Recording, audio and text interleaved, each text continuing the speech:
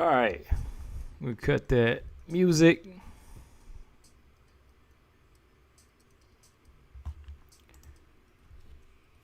All right, back again. Back on again.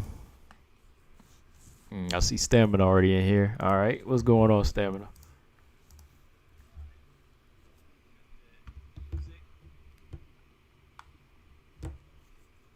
Yeah, man. Pretty much got some open topics tonight. Kind of jump around like we usually do. Of course, I want to get off what I want to talk about first when it comes to this past weekend. 'Cause I know some of y'all asked me about the BKFC card this past Friday, and that was like last on my list. Honestly, that was last on my list. So I had to go back and watch that Pearl Gonzalez make her debut last night. There was a lot of stuff going on this past weekend, like boxing too. So I was watching all of that. So I said, let me go back and watch BKFC like tomorrow night, like the Monday night or something. But yeah, man, welcome back to another live stream. Like I said, let's talk on this Pearl Gonzalez fight just a little bit, and the whole transition to bare knuckle boxing, and like I really want to just talk about why a lot of certain type of MMA fighters, female WMMA fighters, are taking this move to BKFC. Like why are they doing it? Why are they doing it? Is it just for the money? They really want to showcase heart. Are they really down for it like that? We're going to talk about that a little bit. And let me turn this down here. All right. And let's talk about Lauren Murphy and her chances against Valentina a little bit. I want to talk on that. I know everybody is going to give the basic answer.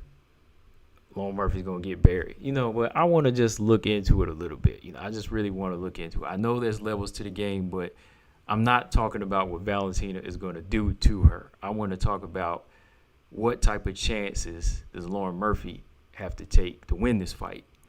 I want to be realistic. I'm realistic on what could happen in there and who's going to win the fight. But I also want to just say, what does a fighter like Lauren Murphy have to do to win? Like, what are her chances if she really takes the right chances in there? If that makes sense. Let's think a little bit. Let's not just assume the same old thing. What would a fighter like Lauren have to do to get a win, or even make it competitive against Valentina Shevchenko? I want to talk about it. Because that's probably more than likely the next fight. What else? Let's talk about bare knuckle boxing and as a whole.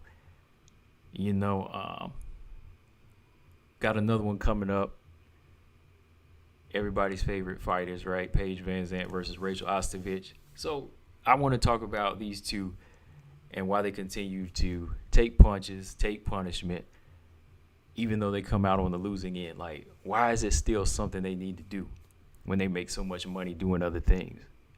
Doing things that are part of their brand, as far as their modeling, their face, their body, why they continue to take this type of punishment, We got to talk about that. So let me just pull something up here,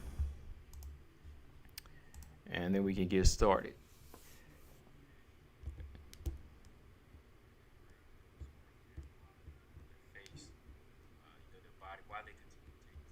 All right. Let me turn this mic up a little bit. Ooh, there we go. All right.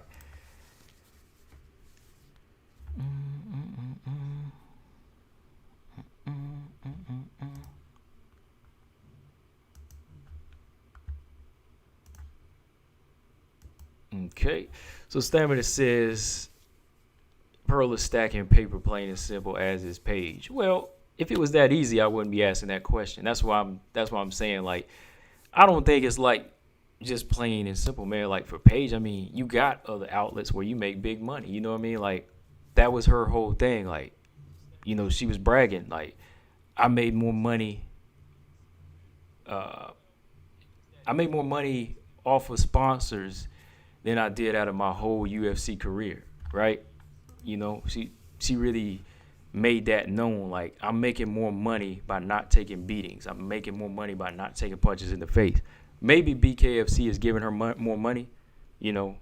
Well, yeah, they are. They are compared to other, other fighters. She is getting more money. But is that money going to stay if she continues to stay on the losing end? I don't know. I don't know.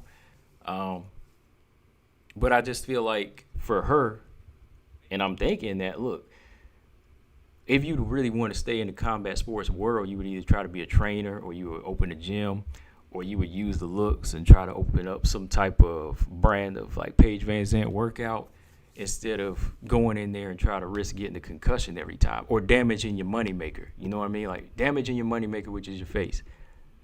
Your TikTok followers, your IG followers.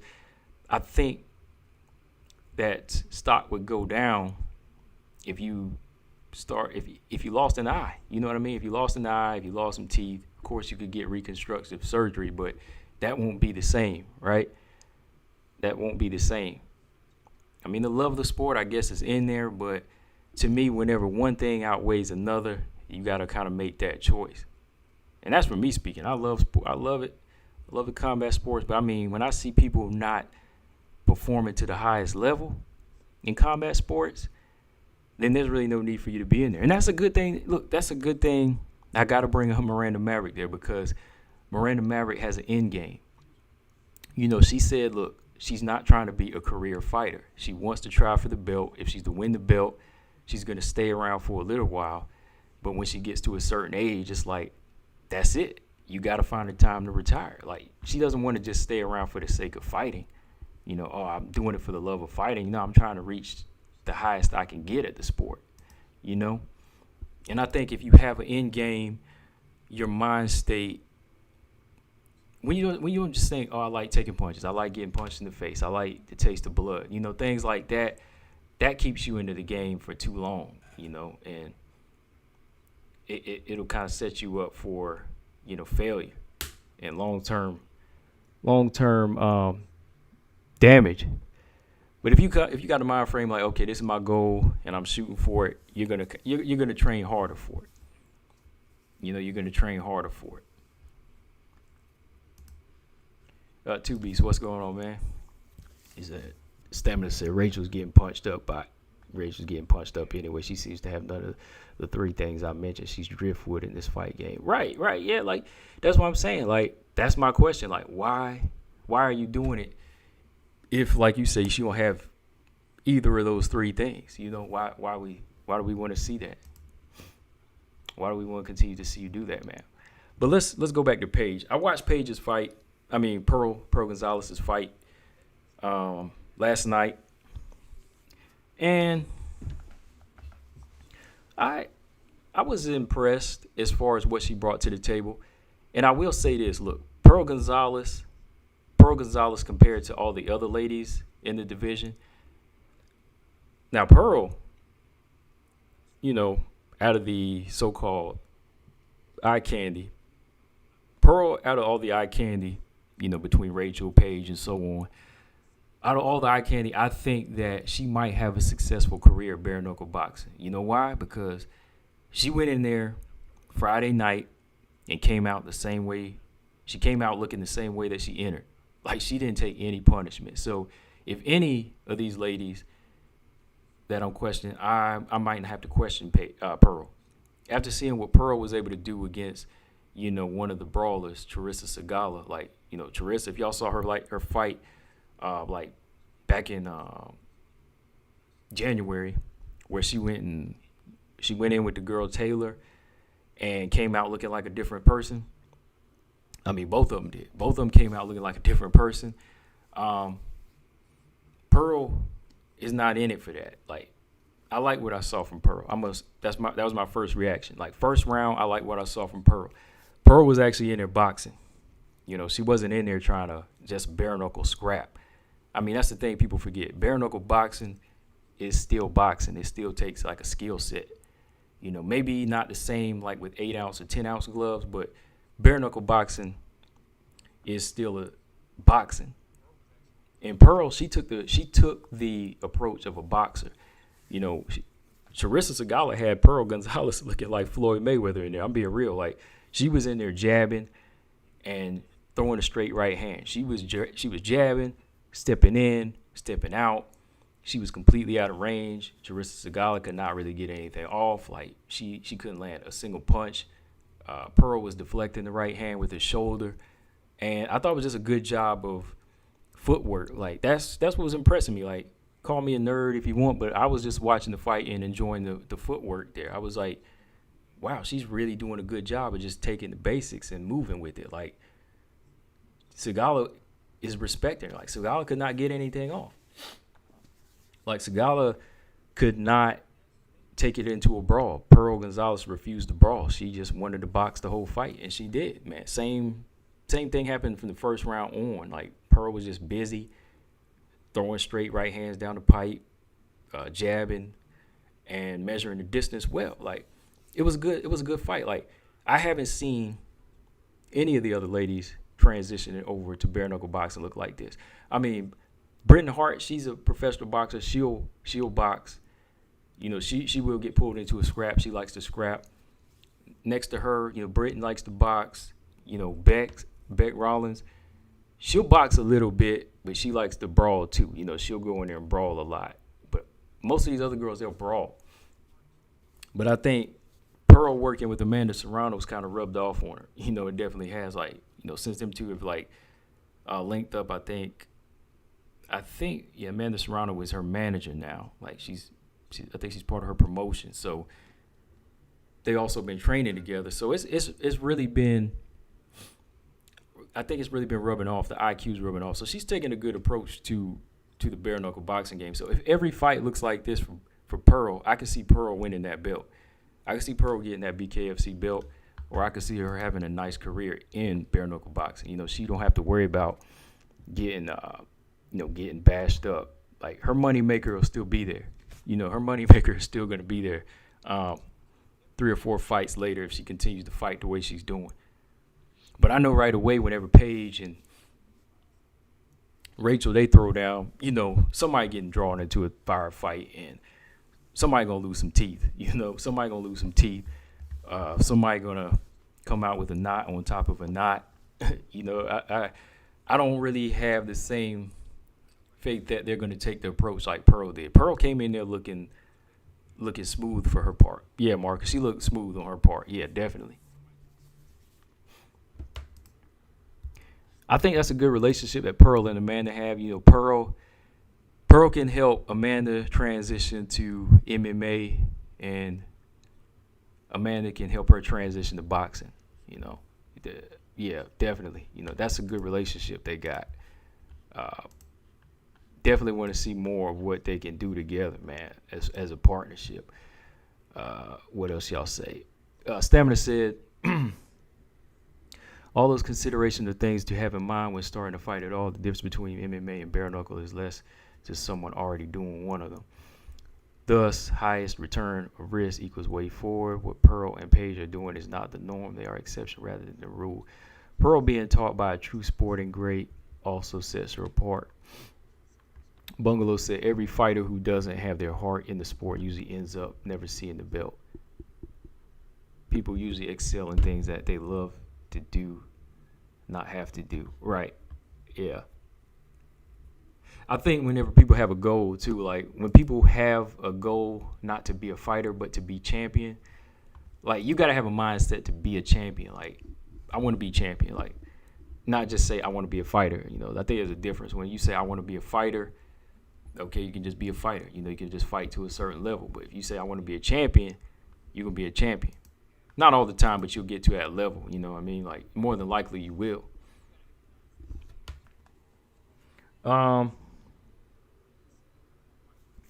Yeah, though, I think what I saw from Pearl is a promising career. You know, see, that's the difference. Like, in other sports, like when we watch MMA, when we're watching fighters in WMMA, you know, go to the UFC, we already say that, oh, man, no, they got a lot to prove. But I think for Pearl, what we seen her do on this level, and she continues to do that to these ladies that just like to bang, yeah, she can make her way through. Like, I want to see Pearl and Beck right now. Like, maybe let Pearl fight. Maybe Pearl could fight the winner of Paige and Rachel. I think that's probably on the calendar. But I think Pearl Gonzalez, she's got them hands. And she's got the IQ. She's got the IQ for this thing. Like, very smart approach. Yeah, so y'all asked me. That's why I just was going to give y'all my reaction. I was like, oh, yeah, I like what I saw. It was an educated approach. It wasn't the same thing. It wasn't just the BKFC brand where we get to see, the blood and the blood flying and the scar tissue opening up. It was none of that. It was just a intelligent fight on Pearl's on her part. But let's jump over here to this BKFC event coming up. Paige and Rachel.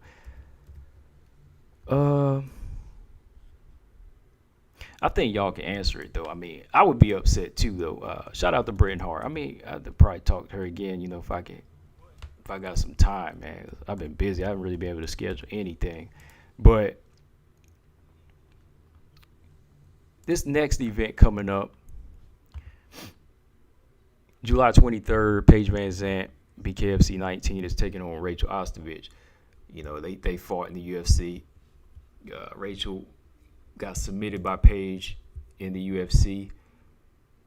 And now they're about to throw down in bare knuckle boxing, and they're the main event. And I think Britain is actually I'm not even sure if she's a co-main event, but she's not the main event. And that's kind of crazy, right? Like, I kind of understand where Britain is coming from.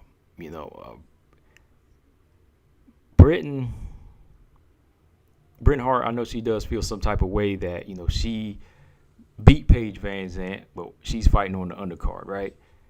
That doesn't really make sense, right? What was the point of you beating this hyped up fighter and then you still get the lesser end of the stick, right? Like, it didn't really do her any good to beat her, right? Like, they're not giving her the shine. Mr. Lee said, where did Pearl fight first? UFC, Invicta. She went UFC, Invicta, yeah, and some other organizations. But those are her main two. After she got cut from the UFC, she went to Invicta, fought at flyweight in Invicta. Been in there with fighters like Vanessa Porto, Miranda Maverick, and fought Cynthia Calvillo. Different fighters. Yeah, she's been in there. Yeah, she's a veteran. She's a veteran, though. So, yeah, like, Britain, I understand where she's coming from. I think she said something. I don't know if it got recorded. I'm going to probably have to ask her what she said, because I just find that, kind of insulting too, man, that, what was the point of you being able to beat, like I said, the popular fighter, and you still don't get to shine? Like, don't even put her on the same card as me. You know what I mean? Like, if Britain wants to fight on this card, that should be her card. I mean, I know it's still a business move, but when we look at it, talent, it's still kind of a disrespectful move. Like, it's a disrespectful move. Give Paige her own card, and I'll be like, give Britain her own card. Don't make Britain have to fight under her. Like, why am I fighting under her if I beat her? Why? That doesn't make sense. Oh, let me pull this card up. The card is still being put together, but as y'all can see, the main event is Van Zant Ostovich. So, and I think they have Britain on there. Yeah, Britain is facing that girl Jenny Savage. Yeah, and they had some beef going down. That's probably gonna be an interesting fight. Stamina said, I have yet to watch Pearl's fight, but the talk was that the broad she fought could have someone they found at a bus stop. Someone a little more skill might not be such a blowout. I wouldn't say that. Like, I got to give Charissa credit. Like, Styles make fights. Like, she's not somebody you find at a bus stop, because the girl got heart. Like, the girl's a brawler. The girl's definitely a brawler. Like, she'll go in there and throw down. Like, she's I think she's like 4-2 or something like that. But she puts on a good fight, and if you don't have the skill set, then she will make you look average. She will draw you into that type of fight. You know what I mean? Like, I think that kind of goes for a lot of the ladies in bare knuckle boxing. They all kind of bring that style. Like, I was surprised because you don't really see too many other ladies just fight with this type of style like Pearl did. Like, Pearl fought an educated fight compared to a lot of the bare knuckle fighters. You know, so it still takes a lot, like, to do what she did against Segala. So I'm not going to downplay her performance at all. Like, nobody's done what Pearl's done, in my opinion. You know, everybody gets into a firefight that I've seen in BKFC. Everybody's been getting into the firefight. Pearl was one of the ones, like I said, just boxed her way to a shutout, you know, which is smart.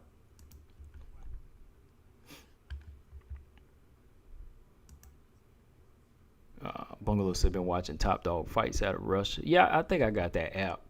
I got an app where I was watching some of that stuff for a while.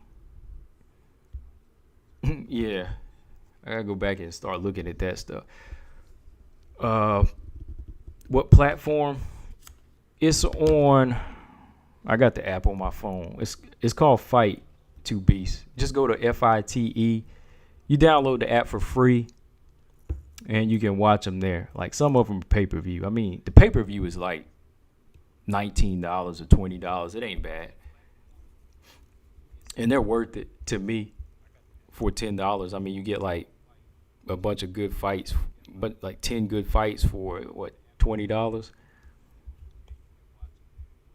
That's where Clarissa Shields, one of her boxing matches was. Yeah, you just go to the Fight app, FITE. That's where you can watch it.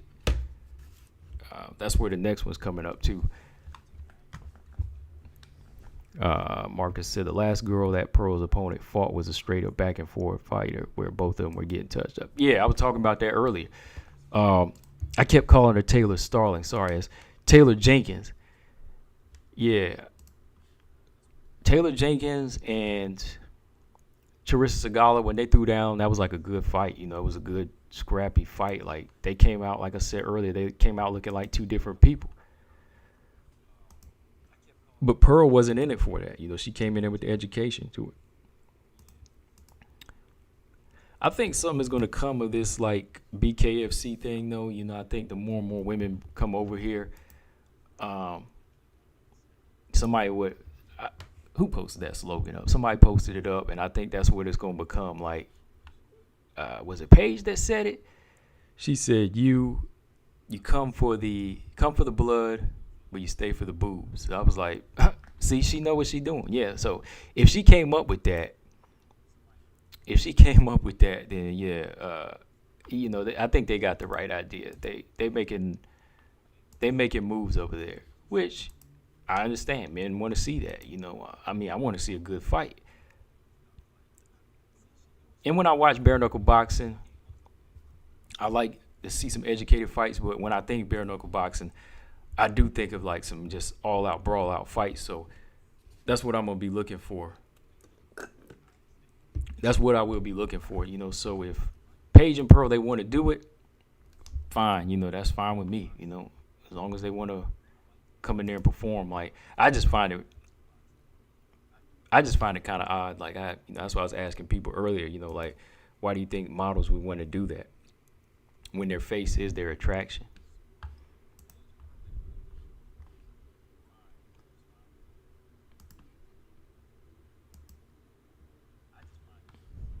You know, because, yeah, I'll always watch it, though. Yeah, I'll always watch it, man. Like,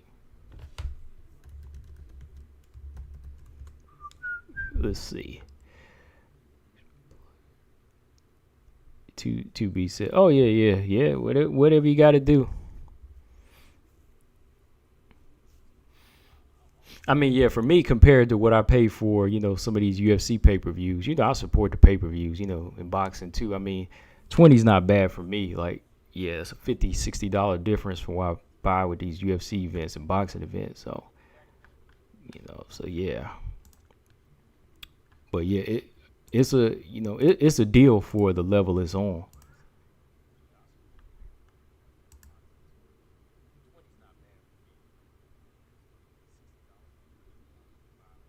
But what else? Yeah. Like I said, when it comes down to it, though, with bare knuckle boxing, it's definitely a crowd that I think it's the trial is still out for it. Like what they're gonna do is gonna work. Like I'm still not sure if people are gonna fall for it. Like will they be able to bring the men? Like will they be able to bring the men into the game?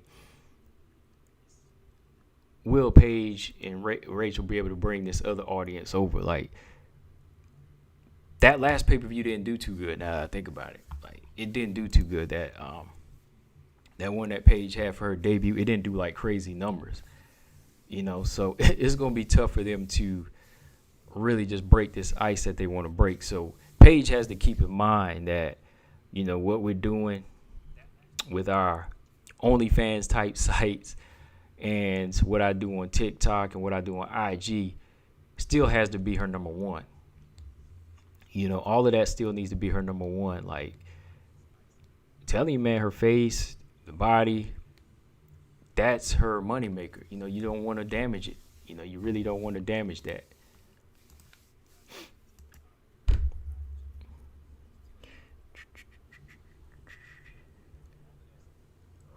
Yeah, Robert, that's what she said. I think I had it backwards. Come for the blood, stay for the boobs. Yeah, something like that. That's why I said, yeah. Did I get it backwards earlier? Or did I say it that way? I can't remember. I just said it, but yeah.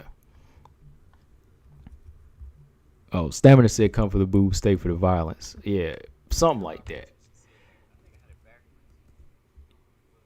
Yeah.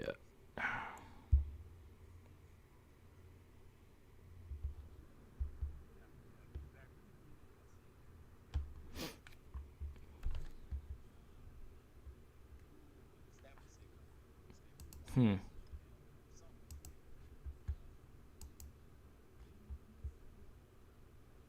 All right. Let's see what else we're gonna talk about, though. Yeah. Let's see. I'm gonna do something different too towards the end, man. I want to talk about let's talk about some women that could be.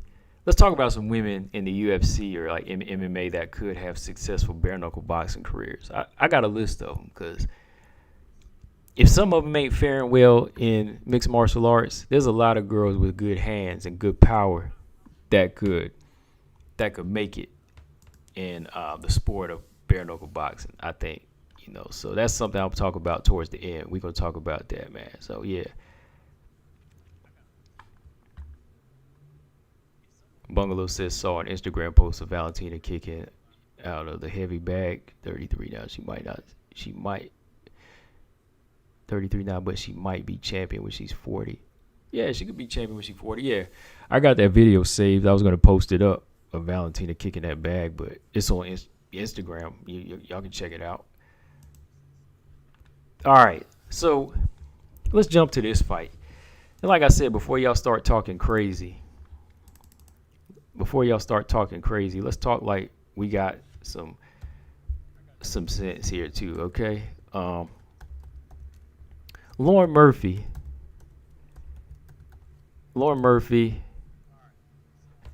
Let's just say she seems like she might be the one to take on Valentina Shevchenko next. I mean, it's the logical answer, right?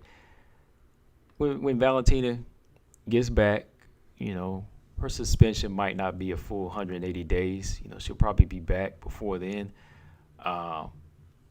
We might get her fight in November, December, whenever. We know that the logical answer is Lauren Murphy, right? So, Lauren Murphy, I want to talk about what are the chances. All right, two parts to this. What are the chances of Lauren Murphy making it a competitive fight? And what type of chances does Lauren Murphy have to take in a fight with Valentina Shevchenko? Let's not talk like casual fans. Let's not just talk crazy and say, oh, Valentina going to put a bullet in her head. Valentina going to put her in a casket. Let's save that talk. Like, I mean, we know the real. But let's act like we in the corner. Let's act like we in Lauren Murphy's training camp. Like, what are you going to do to help her win a fight with Valentina? You know, y'all know I talk like that over here. You know, that's how I think. You know, so what does Lauren Murphy got to do against a fighter like Valentina? Like, what kind of chances is she gonna have to take to beat somebody like Shevchenko? I mean, based off of what she's saying, let's base it off of what she says and what we've seen her do in the past. And no, I'm not saying she's going to be her toughest fight. I'm just saying, what does she got to do to make it be her toughest fight? Because let's remember, all right, Lauren Murphy wanted to toot her horn. You know, she's at a press conference and she says she feels like she's one of the best fighters in mixed martial arts, men or women. She's one of the best out of men or women. She's well-rounded. She can do it all, right? So, what does she got to do? What's she gonna do, Lauren? Like,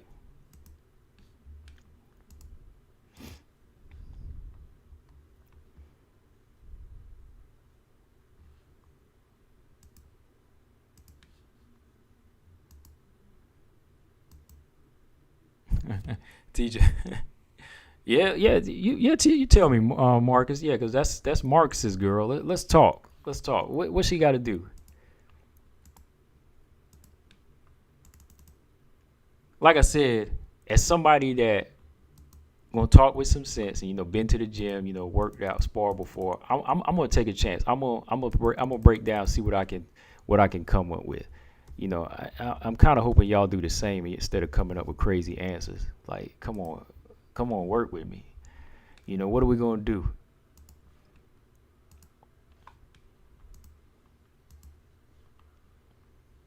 I mean, while y'all think of that, and if you don't, I ain't really gonna talk. I ain't even gonna.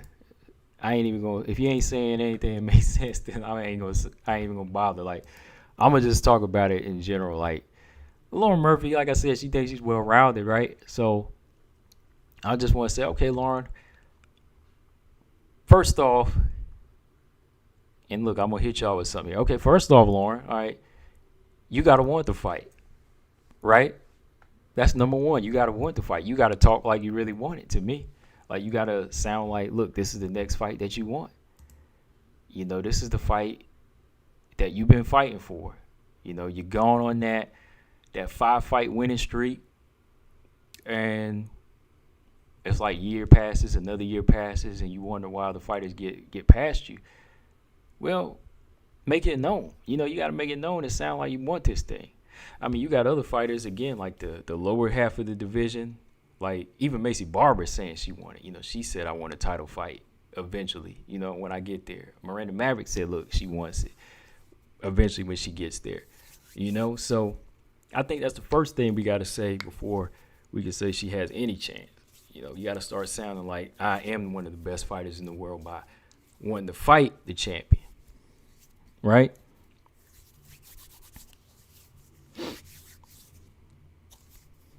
All right, there we go. All right, let me pull this up here. They always have Lauren Murphy's height listed different, too, because I just want to see what we can match up with Lauren. So, I think first off for Lauren Murphy, like, for a fighter like her against somebody like Valentina that's showing just about, she's pretty much has everything checked off on the MMA list, on the MMA criteria. Somebody like Valentina has everything checked off. In all her title defenses, she's always closed the book. Even in her decisions, she's dominated. She's never left the fight in the hands of the judges. Talking about Valentina Shevchenko. Lauren Murphy, though, you on a 4-5 fight winning streak right now. I mean, there's some fights that we can argue that she didn't win, right? I thought JoJo beat her, and like I said, I'm not even a big Andrea Lee fan, but I think Andrea Lee beat her. So going into a fight with Valentina Shevchenko, it's going to have to be a whole different ball game, man. It's gonna have to be something she's never done before. She's gonna have to dig deep right off of round one. You gotta earn her respect. To have a chance against Valentina Shevchenko, you gotta earn her respect. You gotta you either have to fight fire with fire or match something with her or really get under her skin or get her uncomfortable. And I don't know if Lauren Murphy has anything when it comes to the stand-up that's going to disrupt Valentina's rhythm, if that makes sense. Like, I think Lauren going into this fight, she would have to be what's the word I'm looking for? I know I saw somebody said miracle. Something like that, but no, I'm going to be logical. She's going to have to be more, what is the word we want to look for with somebody like Lauren Murphy? She's got to be versatile in there. Like, Lauren Murphy tends to box a lot. Lauren Murphy tends to box a lot when she's in there. Like, that's why I didn't give her the fight with Andrea Lee and the fight with JoJo, because she was getting hit with a lot of different, strikes from these fighters. She's jabbing and she's throwing the right hand, but she's open to, so many things like, body kicks, head kicks, front kicks. So I think Lauren Murphy, she would have to get in her own rhythm and be not just a puncher, but she's going to have to be a kicker and a striker. She's going to have to be the type of fighter that disrupt Valentina's footwork and her stance. See, when fighters let Valentina get in the stance right away, she's good. Like, she's already stationary. She's ready to fire off the counters or, lead. Her straight left hand, she can get a lot of pop off of it when she's in her stance. So, Lauren Murphy, she's going to have to do a lot of movement early. She's going to have to use a lot of movement to make Valentina reset over and over. She's got to have that type of energy. And it's going to just have to be a fight where she actually, picks her shots wisely. You got to be completely on the outside, and when you pick those shots, you have to be assertive with them. So many other fighters that fought Valentina, those strikers like Caitlin Chikagan, none of them could get anything off because they showed Valentina too much respect. None of these fighters wanted to actually go in there and commit to anything.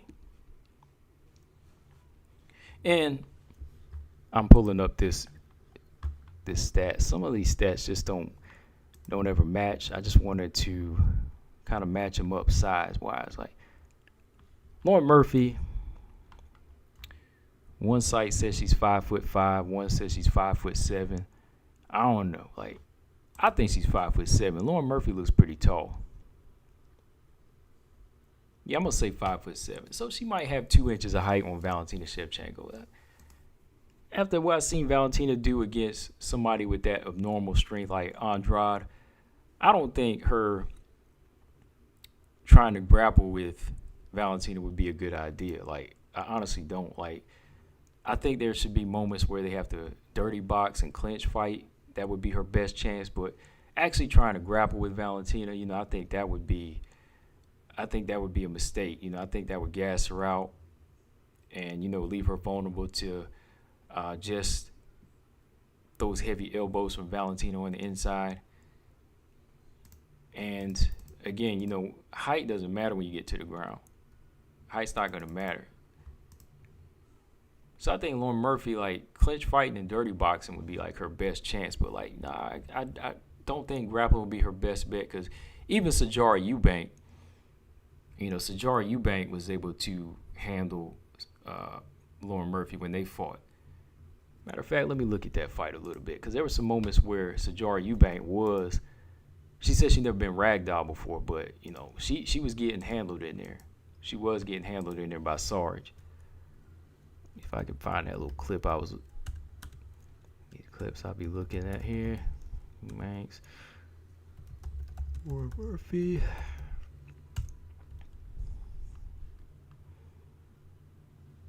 The only thing that's really been killing Sarge from being good at flyweight was the weight, man. Like, and now she's going down to flyweight against Cachoeira. I don't know if that's a good idea. Hold on. What are y'all talking about here?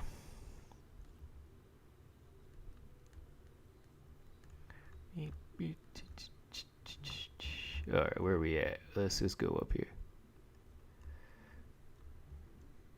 All right, y'all talking. All right, y'all bringing something to the table. Let's see.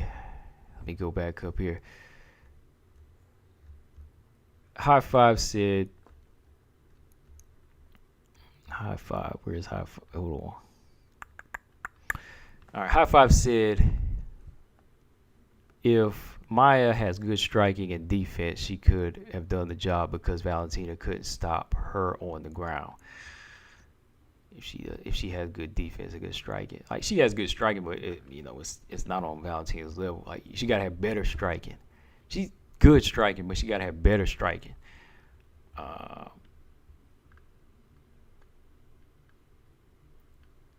Mary Thomas said Lauren not going to outstrike Val, and she damn sure not going to out-grapple her. I say stoppage by second round. All right, so basically Mary's saying she has no chance. All right. Man, y'all would make some bad cornermen for Lauren Murphy. Like, y'all ain't going to help her. That's the whole purpose of this talk. Like, what? Tell us what she can. Tell us what she has to do. Like, everybody sees the strength in Valentina, but let's look at some weaknesses for a change, you know? Like, tell me if y'all can find some weaknesses. I can, you know?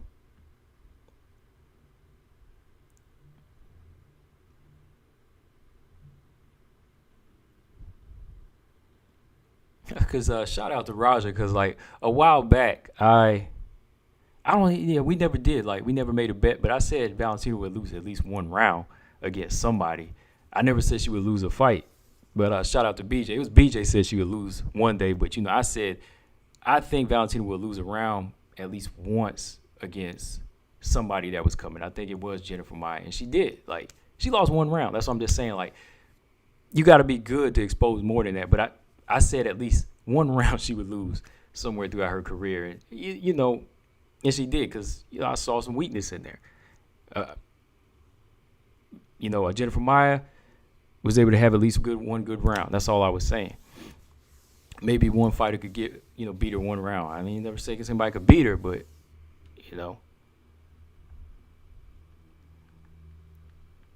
Marcus said maybe Valentina when she strikes. Maybe Valentina strikes because most of the time timing beats speed. Lauren needs to recognize the only chance she'll ever get. There's no such thing as over-respecting.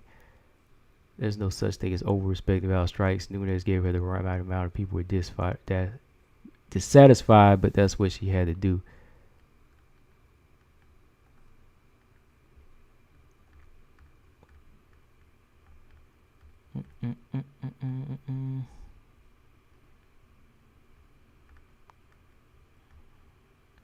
Mark said with Lauren's last fight, it's difficult to be convinced that Lauren can give Valentina a challenge. Yeah, that's what I'm saying. Like, yeah. That's why I was bringing up those past few fights, because I was like, yeah, like, what can she do? Like, what can she do? Like, that's what I want to know from other MMA fans. Like, I'm thinking about what she could do, but I want to know what y'all think as well. Jokes aside, you know what I mean? Like, be real. Let's be real. Jokes aside, like, what do you think? Like, what could she do?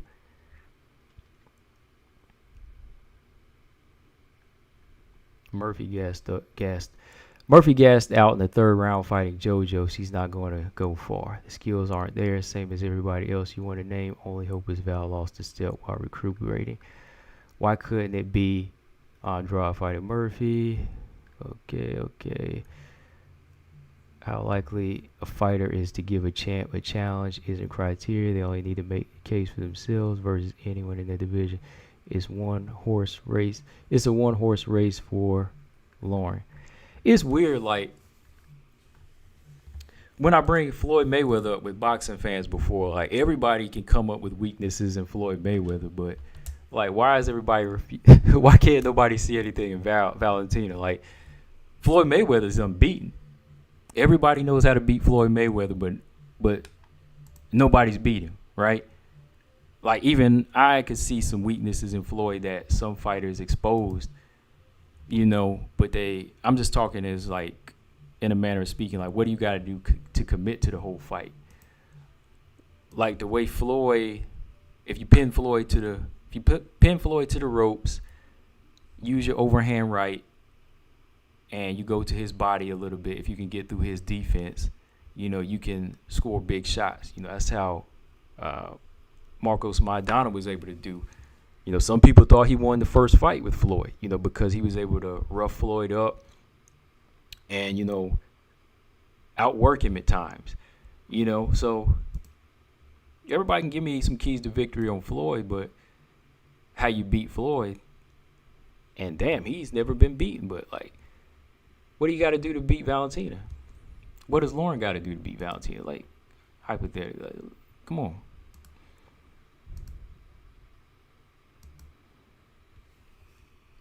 I mean, like, when fight night comes, I'll break it down. Like, I'm going to give some keys to victory that Lauren's got to do. And I know that you're going to say, well, Lauren ain't that type of fighter. Well, she's going to have to be that type of fighter on fight night. You know what I mean? Like, there's going to be certain things that you have to do with that type of frame and your physique. There's certain things I can think of that she can do.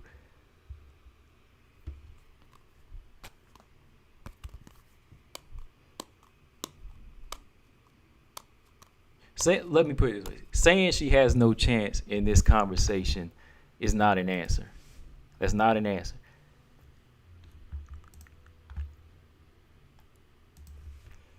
All right, Robert Henry said maybe Lauren Murphy can box her in the corner similar to Nunes, but Lauren's foot movement would have to be on point like never before. Okay, thank you. Give me an answer. That's what I'm saying. Give me something with logic. Like, okay, if that's what she has to do, let's build off of that, Robert. Okay, if she's got a boxer in the corner and you say her footwork would have to be on point, if her footwork is slow, what is she going to have to do to make those chances get higher? She's going to have to work on her footwork, do foot drills, do something specific for this fight, right?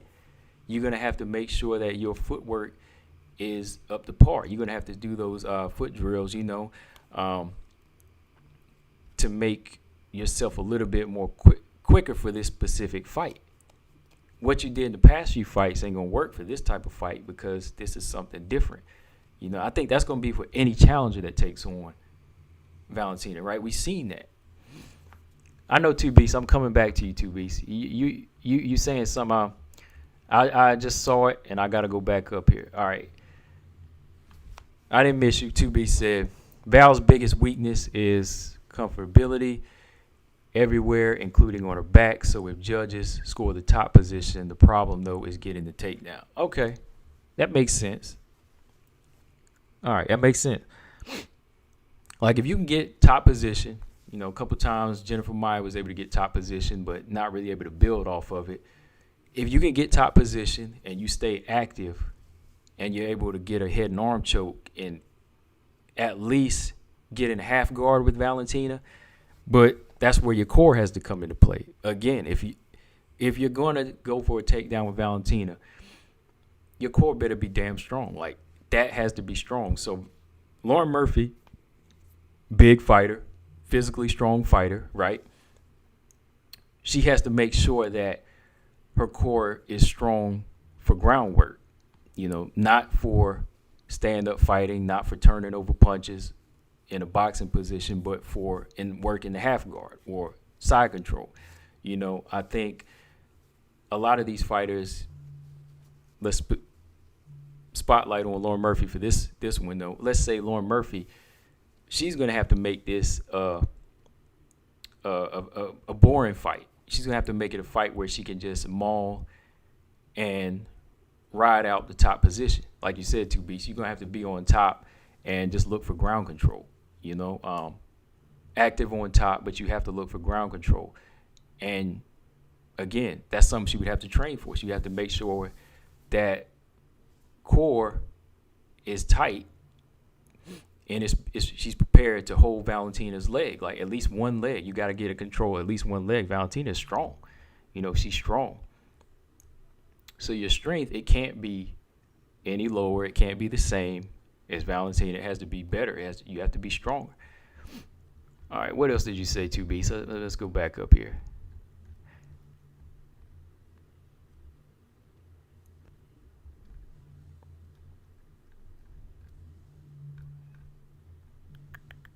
Body shots. Yeah, body shots.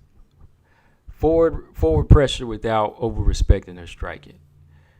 All right, yeah, like body shots. Well, let me talk about forward pressure without respecting. Like forward pressure, you have to be able to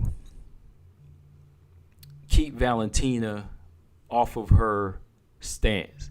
You gotta be able to keep her out of her stance. Like when Valentina is positioned, when her feet are stationary, and you can see that little bounce that she's doing, when you can see that little twitch that she's doing, she's about to throw something. She's about to throw something big. So you got to be able to keep her off of her feet. Let's go back to this fight with PFL. I don't know if y'all watch PFL. It's a totally different fight, but Jenna Fabian, she controlled the pressure with her stance. She was controlling the pressure with her stance. Payek, she was always on the back foot. If you can keep a fighter uncomfortable and moving, that's one step in earning their respect, because they're never in a position to hurt you. So that's asking a lot of Lauren Murphy against somebody like Valentina, who's a top-notch striker. But you're gonna have to press her back and make her move. You got to make her not want to counter. You got to make her pay. So for Lauren Murphy going into this fight, you got to be able to make her pay in this fight. You got to be able to offset her feet and make her not throw with the same intensity. And body shots, like switch levels. Don't headhunt, because Valentina, she's protecting that. She's protecting that head. That's her main thing. Safety first is like her main style of fighting. So if you go for the head, you won't be so lucky first couple of times. So you got to switch levels. You got to go to the body. Lauren, she likes to box. You got to be able to switch levels. You got to box. You got to throw kicks. I don't recommend throwing too many kicks, because Valentina will take you down. She will take you down. That's why I was saying, like, her thing should be boxing a little bit more from the outside. All right, so those are good things, 2B. So I missed the first two, but I saw that other one. That's a good key there that she would have to do, in my opinion. Get a top position, man. You got to control it. You got to control and be active. All right, what else? Heavy leg kicks. What Nunes employed. Leg kicks. You got to have leg kicks. Like, you got to have leg kicks. Again, if that's going to be your game plan, if that's going to be part of your game plan, you got to raise those chances by training intense with that.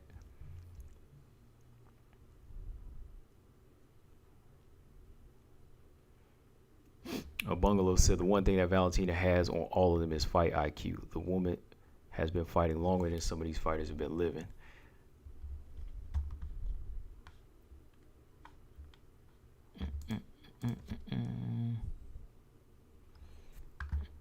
Okay. I5 said Valentina's striking isn't that great. Her defense is great. Her quick reflexes, her greatest counterattack. So who has that answer? All I can think now is Manon. I don't know if Manon has that answer. And her striking isn't that great. Her striking it's the best in the division. It's definitely the best in the division. And it goes hand in hand with the type of striker she is. She's a counterpuncher. It gets the job done. It gets the respect of all of her opponents. Nobody wants to just stand and strike with her. Holly Holm had trouble with her. Holly Holm coming from the boxing background, she had trouble with her.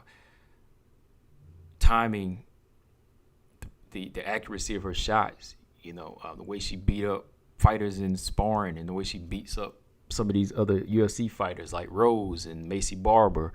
Her striking is the best in the division, you know.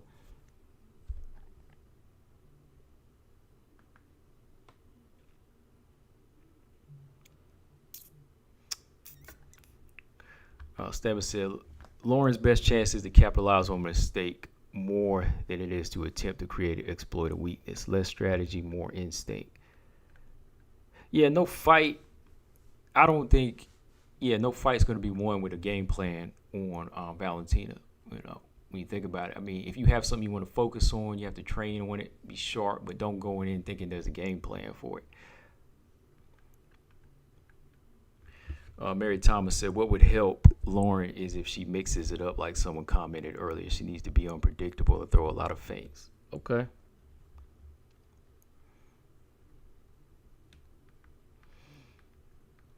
Bungalow off topic, but is Bruce Buffer not the GOAT of announcers or what? His intros are one of the highlights of the fight. Off topic. I mean, if you're talking all combat sports, I think Jimmy Lennon Jr. is probably my favorite ring announcer. I mean, for MMA, yeah, it's probably Bruce Buffer. But if we're talking like all like boxing and everything, it's Jimmy Lennon Jr. I don't know. I just been seeing him since I was a kid, so I like Jimmy Lennon. All right, so high fives. I believe I said she has never KO'd anybody with her striking, but her kick did.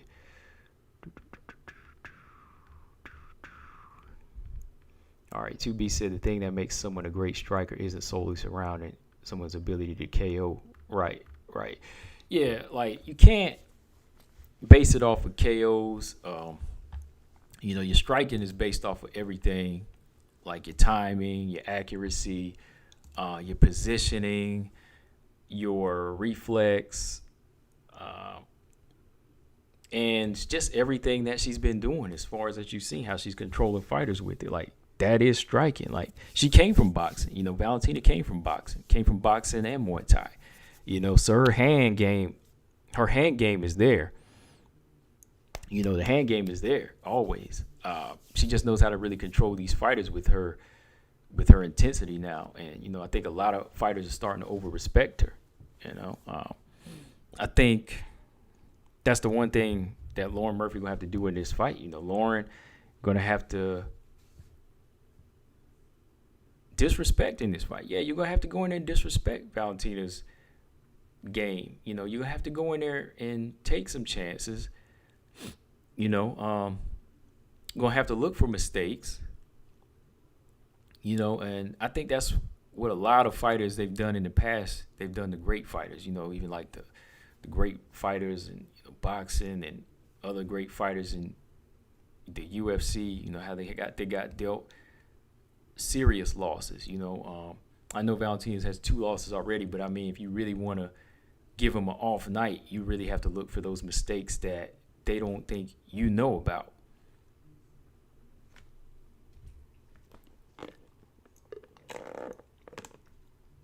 You know, so it's just something you gotta look at, man. Like, let's play this game, man. Like, don't be afraid to talk out of turn. Like, nobody's perfect. Like, you know what I mean? Like, it's just a conversation we having. So,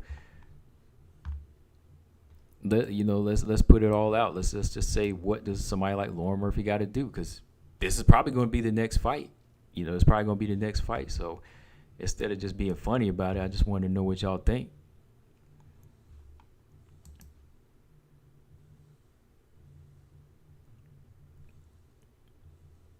You know, let's not think like a fan for once. You know, so y'all gave some pretty good answers though. Feints are very important. You can't stand in front of Valentina. You know, you can't stand in front of her. You got to move and you got to make her reset. And when you reset, you got to be ready to strike. You can't spend more than 2 seconds in the pocket with Valentina. 2 seconds might seem short, but it can be long enough for you to get knocked out.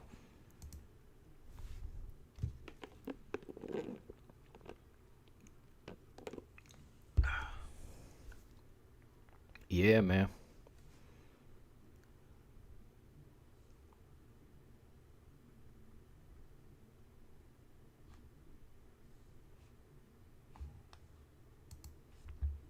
break, when you really just break them down, like, yeah, what type of fighters they are and what they've done to their past opponents. Well, more so for Lauren Murphy. For Lauren Murphy, what she's been doing, it's got to be 10 times better. Like, it's got to be 10 times better when you go in there with Valentina. It can't be just enough to win. Who did she finish in her last 5 fights? She just finished Barella. And, that's not like a big statement maker. Then she dominated Roxanne Modafferi. She didn't stop her. Shakarova, small fighter. She stepped in to take the fight, but she was more so built like a strawweight. So when you base it off of those 5 wins, man, it's going to be rough. It's going to be rough.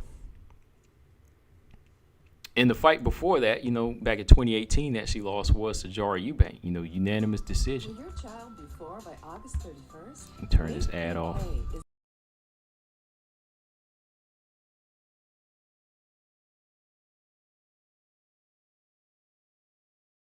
All right, here we go. Turn this ads off here. Okay, so let's see.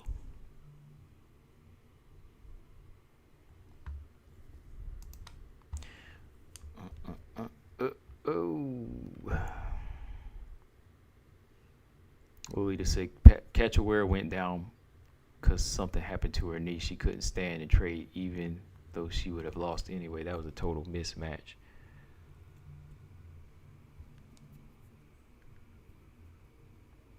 Priscilla messed her ACL up early in the fight, and the writing was on the wall when she started limping backwards.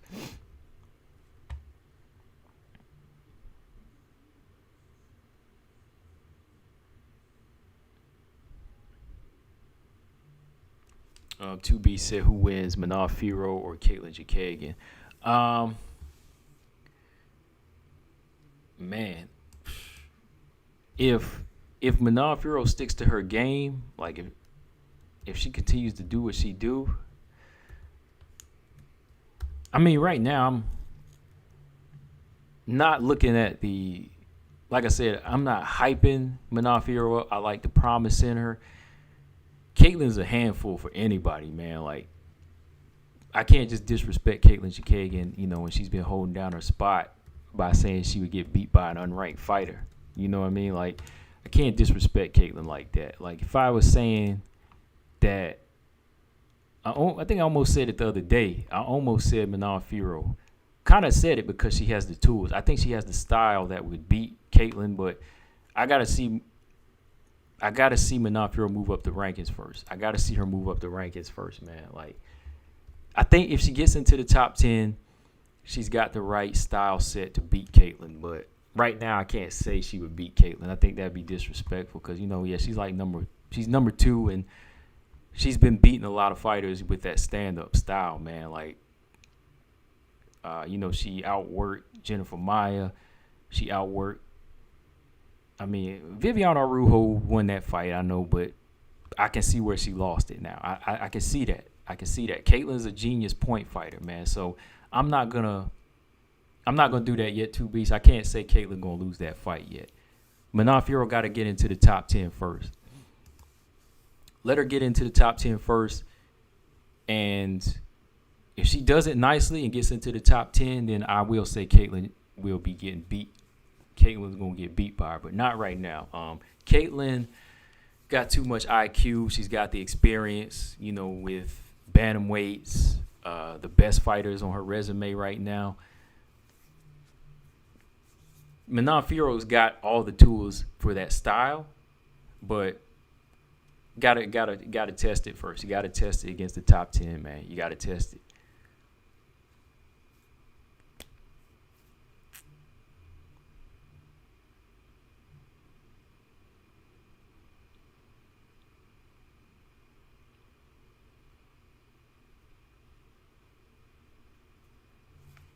Yeah.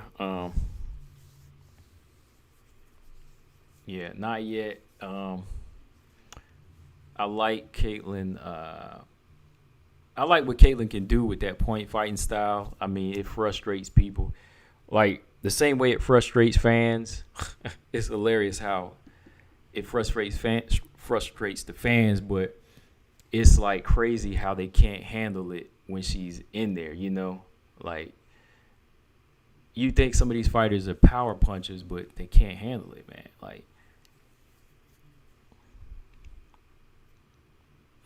once Manon Fiorot breaks into that level, like the Andrades and Shevchenkos, if she starts dominating the top 10 like that, then yeah, it'll be a different story. Because Manon Fiorot got tools right now that shows me she can disrespect Caitlyn's striking. Like she could walk through some of her punches, and she could, like, let's say if she did win her way to the top 10. Let's say she beat Myra Buena Silva and all of them, right? Let's say she beat Jennifer Maia. It's time for her to fight Caitlyn. I think that Manon Fiorot has a good body attack. I think she has the size. You know, Caitlyn's 5'9". Manon Fiorot's like what, 5'7"? Yeah, she's like 5'7". You know, she's got the strength. You know, she knows how to use her range. I think she's a good counterpuncher from what I've seen. She's definitely got a good offense. Got a gas tank. So let's say she's in the top 10. She would have to do, I think she would do what we all expected Viviane Araújo to do, but a little bit worse. Like she would beat the hell out of Caitlyn. Like, that's what I'm saying. If she reaches that level that I think she can reach, she would beat and dominate Caitlyn Chikagian. If she can keep getting better and better. Like I think she has the tools to nullify the point fighting style. I think she does. I'm not saying she does, but I think she has that style, that southpaw style, that straight left hand, those side kicks to the body. You know, Caitlyn, you work that body, you'll get her out of there. You get that body nice and tender. She'll get up out of there, man. So it's a style of matchups I want to see. I really want to see it. I hope that fight can happen sometime next year. I hope that Manon Fiorot blows out some more fighters, gets into the top 10, and that fight is made. I want to see Manon in there with Andrade one day. I want to see her in there with Chikagian one day. I just need to see her tools put to that ultimate test first, you know. Everybody is mistaking what I'm saying about her. Like, Manon Fiorot is potential right now. Like, I'm not hyping her up. She has potential. She has better tools than a lot of the fighters that are unranked right now. I mean, who's going to disagree with me? Her tools are better than Victoria Leonardo. She beat her, right? Her tools they appear to be better than a fighter like Jillian Robertson, in my opinion, you know, because if not, Jillian Robertson at this point should be in the top 10, right? If she has this many wins in the flyweight division, she'd be at top 10, right? But Manon Fiorot, with what we've seen with her tools, if she can continue to use those tools and dominate, then yeah, she'll be more than potential. She'll be way more than potential. That's what I'm saying. Like, I'm seeing her do some things that some of these other fighters aren't doing on their level. Like, if she continues to do it, then yeah, she's gonna be placed out of their class. And that's all I'm saying. Like, she's about to be placed out of their class if she continues to do what she's doing. Let me go back up here. I was just going on here, but all right. 2B said, I know it's not a popular vote, but I love Caitlyn just because she literally ruins almost every prospect's come up and is just so content with being second best. Yeah. Like, I have no problem with it, you know. I have no problem with it. Like, I think at this point she wants to be a family woman. She knows she can't beat Valentina, so she's just getting the money right now. You know, she's just getting the money as the gatekeeper. And you got to get past her. And nobody's doing it. Like, the only fighter that got past her was Andrade. And Jessica Eye to a certain extent.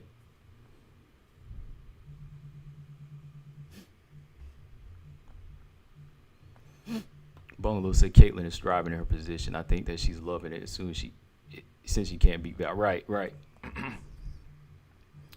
Stammer says she can either be content with it or upset about it. Either way, that's her role. She's smart about it. High five. If you all ever seen Manon pile drive her opponent like Andrade did, yes, you all didn't expect Manon has ever did that move. I've already seen all her fights.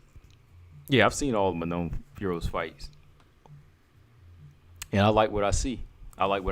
That's why I give her like more potential than a lot of the other unranked fighters. Like that's why I see promise for her, but I'm not saying she's gonna beat Caitlyn yet. Like Manon Fiorot is a beast for her level, but she's gonna have to work it up to the top 10 for me to say she massacres or slaughters Caitlyn Chikagian. Gotta respect the resume, man. Let's look at Caitlyn Chikagian's resume. All right, you gotta respect his resume. All right, look, Caitlyn Chikagian, she beat Lauren Murphy. Close loss to Liz Carmouche. She beat Irene Aldana. All right. I know some of y'all think highly of Irene Aldana right now, but she beat Irene Aldana. She beat Maribel Barella. Alexis Davis. A fight that Jessica I feel like she won that fight, but Jessica I won it. Split decision. I think she won that. The JoJo fight was close. She won that, though. She's beat Jennifer Maia. Of course, she lost to Shevchenko. She beat Antonina.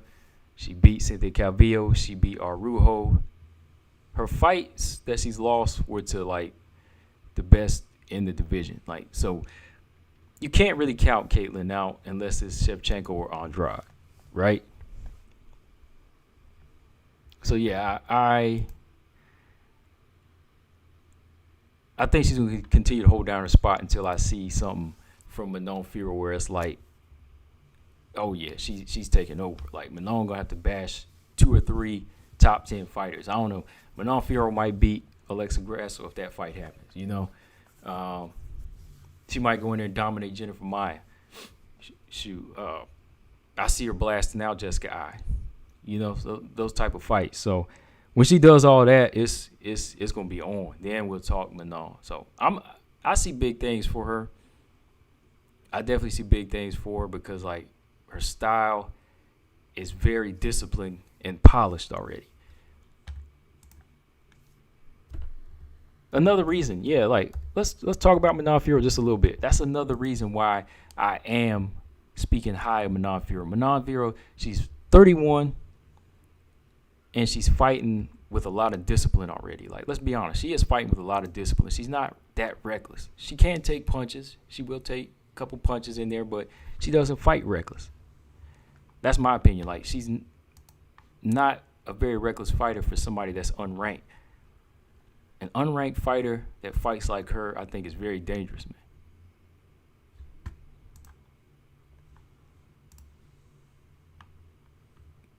I think so, man.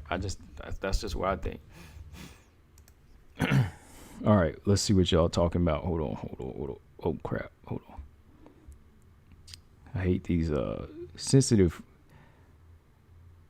Every time I'm looking at the chat, like, the buttons be sensitive. I'm looking at it on my phone. Yeah. Manon has size. Yeah, Lolita. Yeah, Manon has size, strength, you know, solid defense. Yeah. Ooh, 2B said Manon versus Tatiana Suarez. That would be a good fight. That fight could actually happen.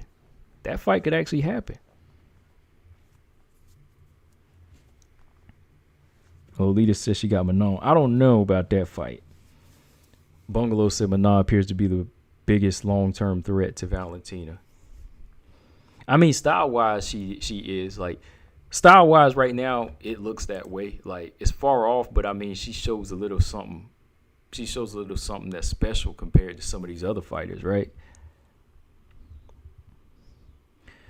Any update on Tatiana? I haven't heard many updates. Like, let me look at her Instagram real quick. I haven't heard many updates from Tatiana Suarez. Hold on.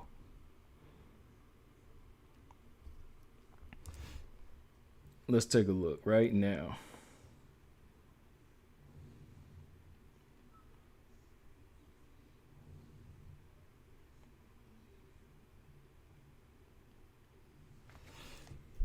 right, let's see here. Ooh, what is this? Tatiana Suarez versus Roxanne Modafferi, possible for UFC 266. Damn. This is interesting. Let's pull this up. All right, Tatiana may finally be making her return to the octagon.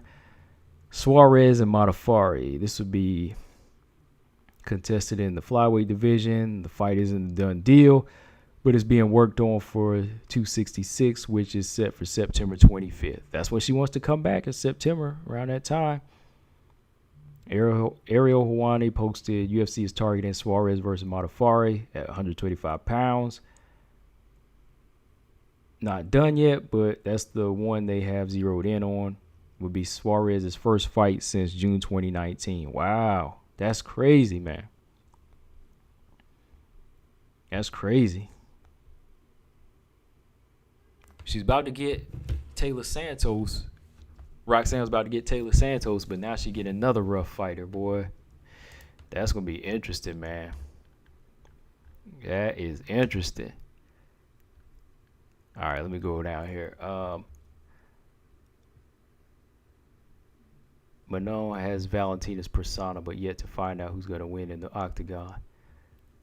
Yeah.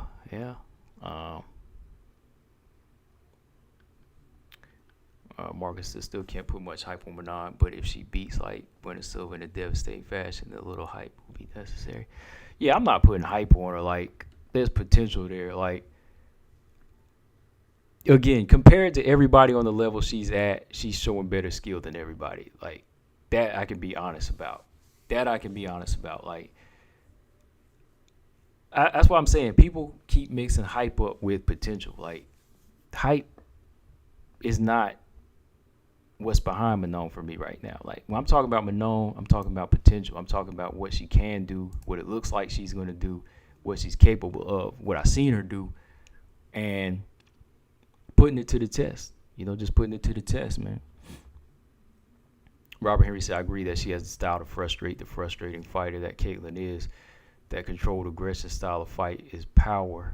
Plus, power could spell a lot of trouble for Chikagan. Yeah, like, the number one thing to beating Chikagan is another thing I say about Valentina. You got to be disrespectful, man. You got to go in there and disrespect her style. You got to go in there and you just got to go in there and walk her down and don't give her any room to breathe. Like, Calvillo gave Chikagan a lot of room to breathe. Vivian gave her a lot of room to breathe. JoJo gave her a lot of room to breathe. Jennifer Maia gave her a lot of room to breathe. And Shevchenko, Antonina gave her a lot of room to breathe. Like, what I mean by that is you just let her get her space and have her way. You let her get her rhythm and she's going. She's going to touch you, and just do her thing. That's it. She's going to box you, box you, and that's it. Jessica Andrade said, nope, I'm not that type of fighter. I'm coming on the inside. I'm taking you down. I'm going to beat your body. I'm going to stab you with these right hands to the body. And I'm going to beat you until you get out of there. And she dropped her with that, she killed her with that body shot. Valentina, again, she controlled Caitlin. She took her down. She was like, you ain't getting in that rhythm. If Manon can come with that type of style, offense, walk her down, put the left hand in her face, beat her up, clinch her, kick her to the body, it could be an early night then. You got to, number one thing, you got to disrespect her. Like I said, you got to disrespect the style. Like, Caitlin is a comfort fighter. You give her the room and she'll relax. She'll relax into her style. It's chaotic too, man.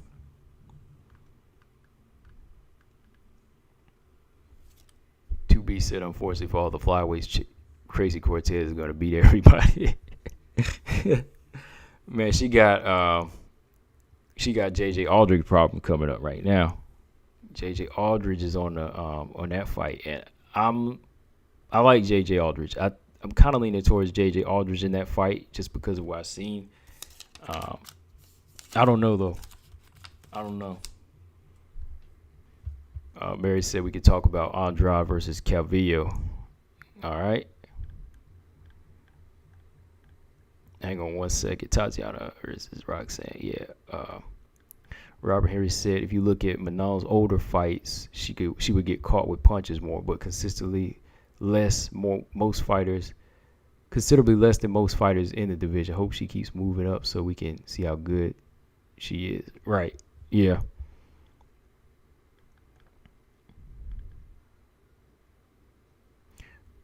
Yeah. Suarez moved up, in an interview. Like, she talked about it. She said she'll probably be coming back at 125 just because that'll probably be a better weight for her to come back at.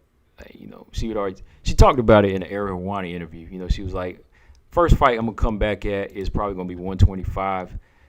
Because she said that she'll probably feel better at that weight. In training, she feels better at that off weight, so maybe she won't feel as tired like she does at straw weight at times, Yeah, I mean, if she felt tired at straw weight and she was still doing what she does, imagine what she gonna look like at flyweight, man.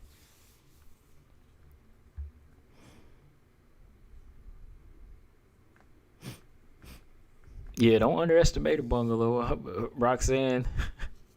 You think she ain't an MMA fighter, but shoot, she'll go in there and take you to school, man. High Five said I'm hyping Manon because she has the skills and what she has done. Okay. I'm not like putting great hype behind her like that. Like, I think she'll continue to do what she does if she got them tools, but I just want to see a better opponent for her. And Mayra Bueno Silva is a good opponent. Mayra Bueno Silva is a good opponent for her.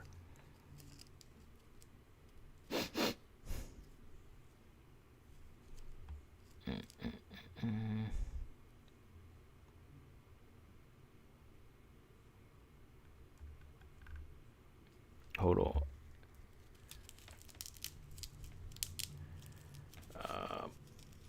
Yeah, Roxanne being her first fight back at flyweight, that's a dangerous fight. I ain't gonna lie, that's a dangerous fight.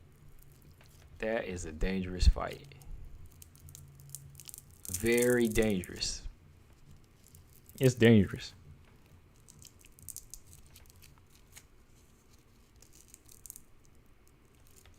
Uh-oh. I zoned out. What was a great point, 2B? You said yikes. Why'd you say yikes, 2B? I must have missed something. No, I mean, I would just looking at something. I must have, did I say something? I can't remember what I said.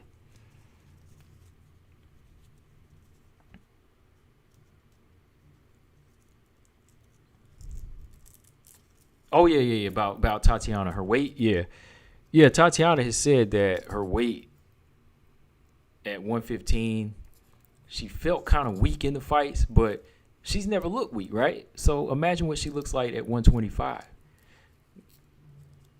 When Tatiana comes in there at 125 and she's got the weight, she's probably going to be crazy in there, man. She'd probably be crazy strong.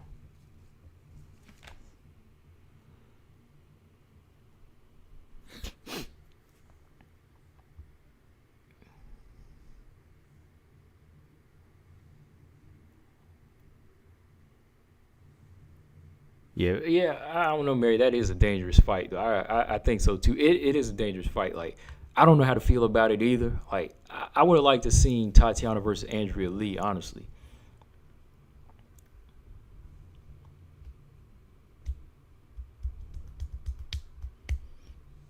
But shoot, if she beats her, man, she gonna be in the top 10. That's gonna be crazy. She gonna be in the top 10 already. And when you put Tatiana in that top 10, you just know that Tatiana versus Andrade is going to happen. And I'm ready for that, man. Like, I used to want to see that fight, 2-3 years ago, man.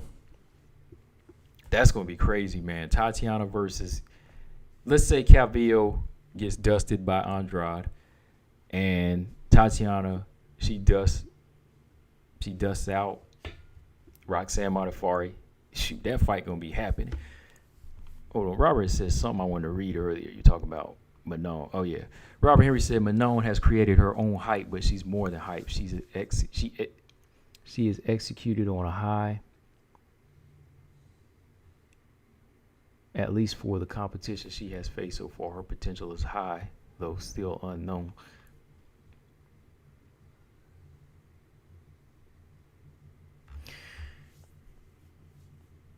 Yeah.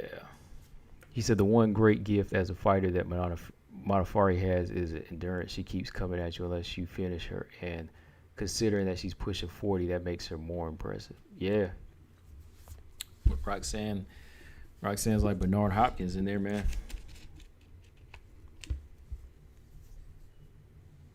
Oh, yeah. Mary said Cynthia Calvillo versus Jessica Andrade. Let's talk about that fight real quick.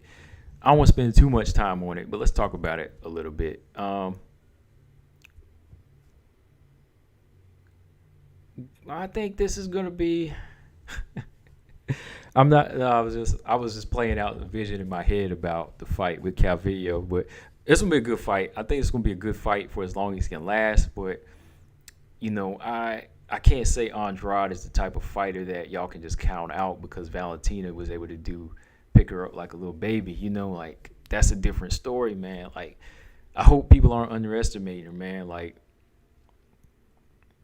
well, not I don't think y'all are, the fans are, but some people that think Andrade is damaged goods because of Valentina, no, she's not. I think there's still a lot to Andrade, and she can still do a lot here. And I think Andrade is going to be Jessica Andrade in this fight. I think Calvillo, she has a striker's chance. I think the grappling might be very dangerous unless she's taking some pages out of what Valentina was able to do. But you got to be strong to do that. So I think this fight here, Calvillo, I think she has a better jab. I think her jab is way better than Andrade's. But Andrade got the power. She's getting better with the head movement, and I think her body punching is going to be very effective in this fight. Like, don't be surprised if Cynthia Calvillo gets hurt with some body shots in this fight, y'all. Like, be on the lookout for that, man, because Andrade is going to the body more. She tried to go to the body more since she's been moving up. She tried to go to the body a few times with Valentina Shevchenko, but I think a fighter like Calvillo is a bit open. She's a bit open for that type of work, so don't be surprised if you get hit with some hard shots to the body. Calvillo's scrappy, though. She's scrappy. But I don't think she has that type of I don't think she has that type of power to get respect, man, like from Jessica Andrade. She's gonna have to do what Rose did, man. Everybody has to do that. She's gonna have to do what Joanna did. Just stay away from the pocket, man. Just stay away from the strength, and you got to be in there, and you have to stay alert. You got to stay alert for all 3 rounds and just box her, man. Box and strike Andrade. If it goes down to the ground, I'd be surprised to see what Calvillo can do. She says she has the best grappling at flyweight. So I want to see what she can do to a fighter like Andrade. Can she get top position and keep it? Can she control the fight off of her back? Can she do any of that? You think she could set Andrade up for an armbar? Has Andrade ever been submitted by an armbar by anybody? Let's check. I don't want to act like I know, but I don't think she has. But I just want to verify that. Andrade's been TKO'd, but I don't think she's been armbar before. But let's see, right? Let's go ahead and look. Andrade has how many losses? 9 losses. Let's start with the most current. So she put in the crucifix and she was stopped. Rose beat her. Zhang Wei Li knocked her out cold. Joanna schooled her. Well, she's been submitted by rear naked choke by Rocky. Marion Renault, triangle choke. But she's never been submitted by an armbar or anything like that. So we'll see if Calvillo can get that strength to get around the back. Those are bigger fighters, too. Those are bigger bantamweights, too. Like, Rocky and Marion Renault were able to submit her because they got size, right? Marion Renault is like about 5'6", 5'7". You know, she's a bigger fighter. Rocky, bigger fighter. So 5'7". You know, she's a bigger fighter. So she would give her problems. You know, they would give Andrade problems. They could get her down and submit her, but Calvillo, I don't know. When you stepped out of the strawweight zone and when you stepped into the strawweight zone and you deal with them fighters like that in the flyweight division, a lot of them fighters aren't really going to be able to submit her unless you are like a high-level grappler and you're strong. So she ain't been submitted in years, man. She ain't been submitted in like almost 6 years. And I really don't see any of these flyweights submitting Andrade at this point. I mean, somebody maybe down the line like Taylor Santos or Jennifer Maia, they possibly could, but Andrade's not getting submitted in this fight, I don't think. I don't think so. Mary Thomas says she want to see Andrade fight everybody. I want to see Suarez wrestle everybody. I want to see all possible destruction at once. Dang, Mary. I'm with you, though. I'm with you. I'm with you on that. I want to see it. I want to see Andrade. I want to see Andrade and Suarez. Matter of fact, I got another video coming now. We got to do flyweight fights that I want to see.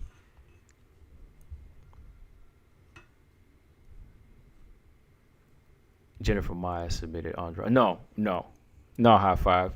Jennifer Maia's never fought Andrade.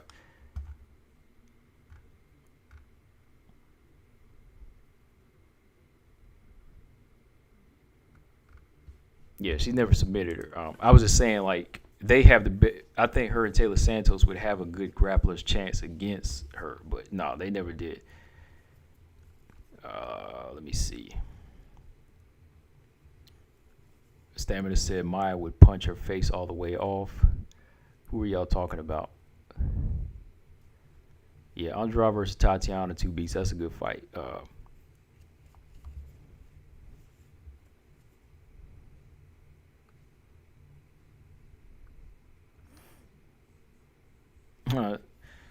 Stamina said he want to see Andrade fight anyone. I do. I want to see Andrea Lee fight somebody because that's a rank. You know what I mean? Like, I want to see Andrea Lee fight Manon Fiorot because that's a ranked opponent. You know, that's good. That's good work. You know, Andrea Lee is good work. That's a good name. You know, Andrea Lee is a good name for Suarez or Manon Fiorot because that's good. That's a good name to have on your resume to break into the top 15. You know what I mean? Manon Fiorot is fighting unranked fighters right now. You know, if she beats Mayra Bueno Silva, Andrea Lee's a good fight.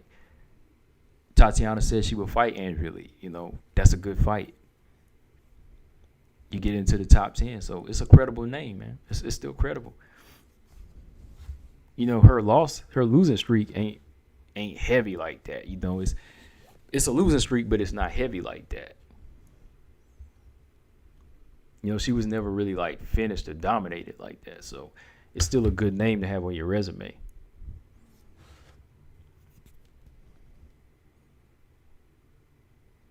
If Maverick wins against Shadowboxer Barber, I want to see her fight Andrade. That would be too early. And honestly, yeah, that would be too early. Because Macy's like what, ranked 14, 13? They're like right next to each other. That would be too big a jump for Miranda Maverick. You know, Andrade's a monster, and she got to work up to that type of fight.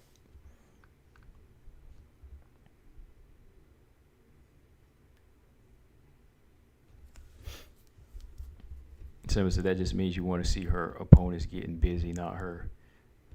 I mean, however you want to see it. I mean, it's still a credible name.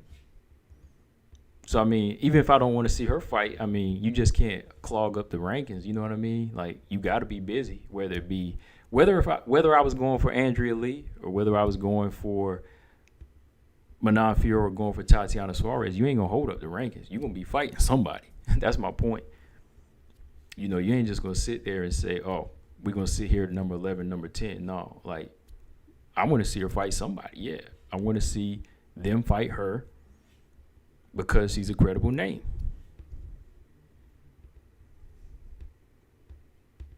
And I'm giving her credit too. Like if she wins, that's a good win for her, right? It's just like Tisha Torres. Tisha Torres broke her losing streak by fighting some up and coming hungry fighters. Andrea Lee's got to fight the same path right now, right?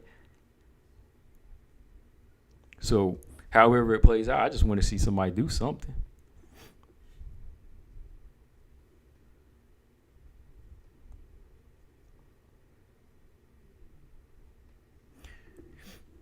Mark said, if Miranda beats Macy, then the Andrea Lee fight will make sense for her. Right. See, that's what I'm saying. Andrea Lee makes sense for anybody, and they make sense for her.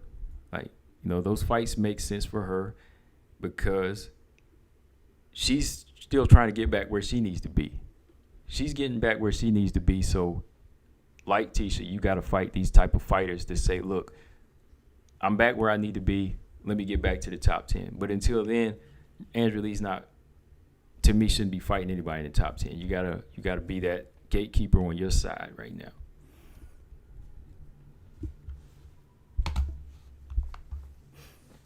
Jennifer Maya has fought Andrade, but not in the UFC. Is that what you mean? Yeah, she hadn't fought. I'm talking about in the flyweight division, Robert Henry. They haven't fought in the flyweight division as of recently.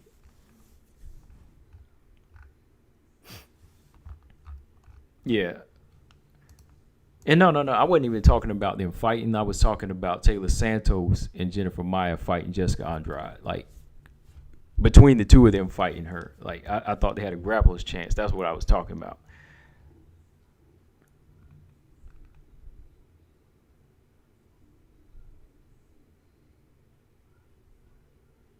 Robot Chicken, what's up? Robot Chicken said, man, we're going to win, no worries. It's a tough fight. It's going to be a tough fight. I think she'll win it. Yeah, it's going to be a good fight, though.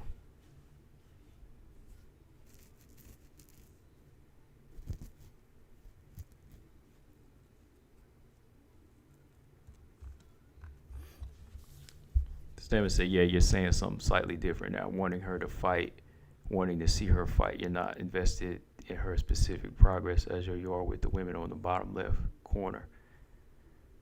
Well, that's what we were talking about in the first place. Like, who I wanted to see Tatiana fight. We weren't talking about Andrea Lee. Like, if we're talking about Andrea Lee and her progress, which is a different story, we'll talk about how I feel about her progress. But if we're talking about Tatiana right now, Stamina, I'm saying I want to see Tatiana in there with a credible name, but not necessarily a Roxanne. You get me? That's what the subject is right now. We're talking about Tatiana right now. So you ask me about Tatiana, who do I want to see her fight? Who do I want to see her get busy in there with? Then I'll say Andrea Lee, because that's the name that she wanted. It doesn't have anything to do with Andrea Lee's progress right now. But if you want to talk about both in her progress, then it's a good name for her too. I think you're digging too much into it, Stamina.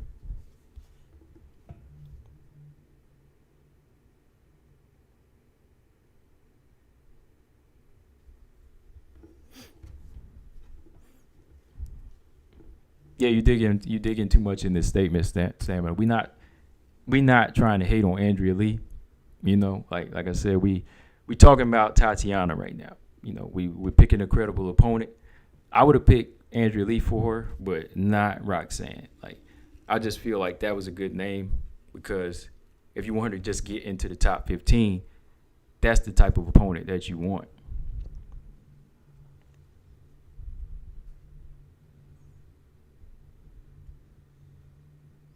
Yeah, two beats. That's what I'm saying. Like, you're gonna fight somebody. You just can't hold up a division. That's my whole point. Like, she just won her last fight, right? She won her last fight against Shevchenko. She'll need an opponent. Suarez needs an opponent. So it's almost like the logical thing, right? We just can't keep ignoring her and letting her hold on to a spot. Like, you're gonna have to continue to build off of that before you get back into the top 10.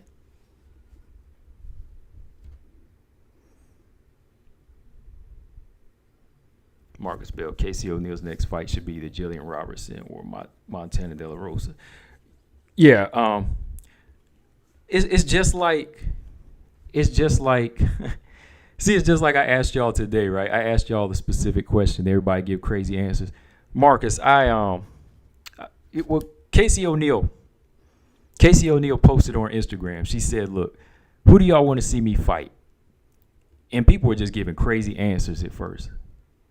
She actually liked my comment. I recommended Jillian Robertson. I said Casey fights Jillian Robertson next. Everybody else is saying crazy stuff. You know, they commenting about her face.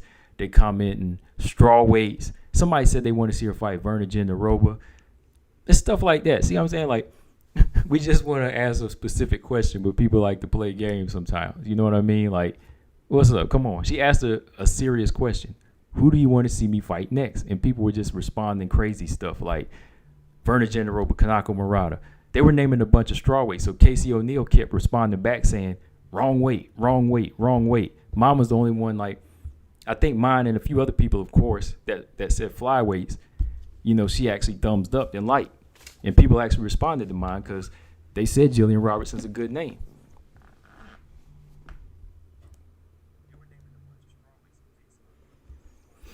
She trying to ask a serious question, like, who y'all like to see me fight next, you know? So I guess that she can go out and make the argument, like, yo, make this fight. But people over here just saying anything. I was like, come on, man. Like, y'all can't be serious for just for a second.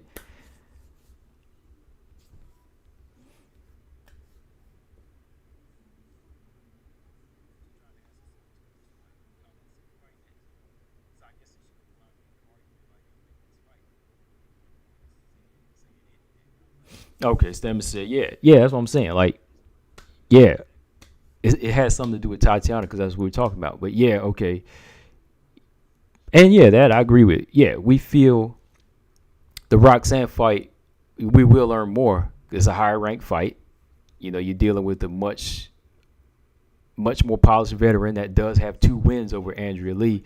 But that's a dangerous fight, though. You know, I think that's what, like Mary Thomas was saying. I don't know how to feel about that fight. You know, I don't know how to feel about that fight. Kind of dangerous, you know, for her coming off a 2-year layoff. You know, Roxanne's hella skilled. She's dangerous. Even coming off an injury, I think she'll be problems for Tatiana. You know, again, like I said, holds 2 wins over Andrea Lee. I would have rather taken that fight just to get busy. You know, to just stay in shape type fight. You know what I mean? A comeback fight. See how she feels at the weight. You know what I mean? Like, to me, this ain't about like seeing what she has as a whole or what she offers. To me, it's just kind of getting comfortable, acclimated to 125 for Tatiana. Like, I'm not trying to throw everything at Tatiana and say, look, fight this top 10 fighter right now, and we're going to judge you off of that. Like, I want to see her get acclimated to the weight. That's why I felt like Andrea Lee would have been a better test for her, you know. Yeah, but they different fights all the way around, different fights. Robert Henry said, yeah, if the actual fighter asks who they should fight next, you always got to give a serious answer. That's what I'm saying, man. Like, as soon as she posted, I was the first one to answer. I was like, Jillian Robertson. You know, she liked it. Some other people responded like, yo, that's a good name. Jillian Robertson's a good name. Other people just naming straw weights, all saying, oh, you look good. You look good, Casey. You look good. Damn it, she asking a serious question. Answer it. You know what I mean?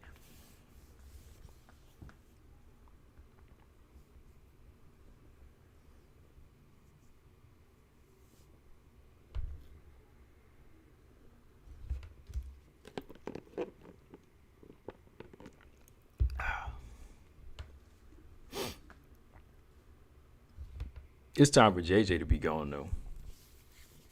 I mean, does Joanna have a fight lined up? I mean, she's looking good in training. You know, she's doing her thing now. I mean, what I've seen on IG, she's looking sharp. But do we have a fight lined up? Not yet. Nothing lined up yet.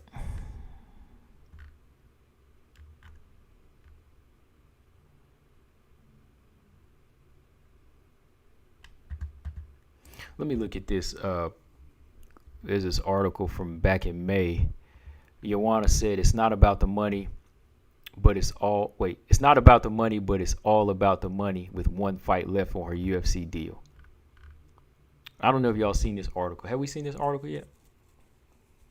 With one fight left on her UFC contract, Joanna is approaching her future with loyalty to the promotion, but also seeking a deal that makes it worthwhile for her to continue fighting. All right, Joanna said it's stupid, but what I will say, but it's not about the money, but it's all about the money. Because I don't have to put my life and my health on the line for the money that I'm getting from the fights. Of course, I love it, but I'm getting older. I can't keep doing this for the idea of fighting. There must be good money behind it. I made good money in the UFC, but I feel like after my last fight, it doesn't matter. Of course, I love it. The fans went crazy. I lost this fight, but I feel like I won much more. I can make this fight easily outside of the octagon without putting my life on the line. You know what I'm talking about, but you know what I'm talking about. That's what she said. It's not about the money, but it's all about the money. Okay, well, she doing like Paige. If you can make money outside of the octagon, then you might as well get that ranking up and go, right? Like, I mean, look, Joanna's an exciting fighter. I enjoyed her whenever she was there. I enjoyed when she was a champion as far as her game. You know, she gave you a little everything. Like, I like watching her fight. At the same time, she knew how to irritate me.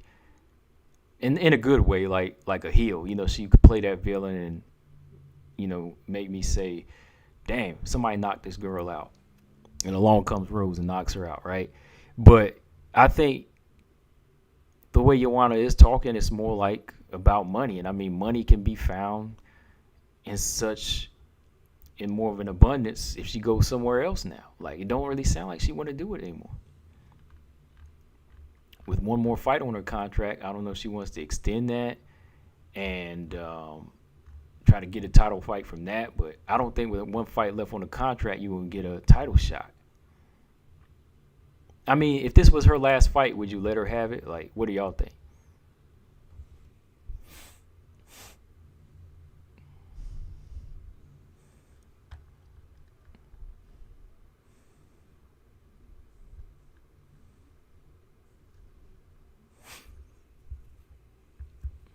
Marcus said, who was that?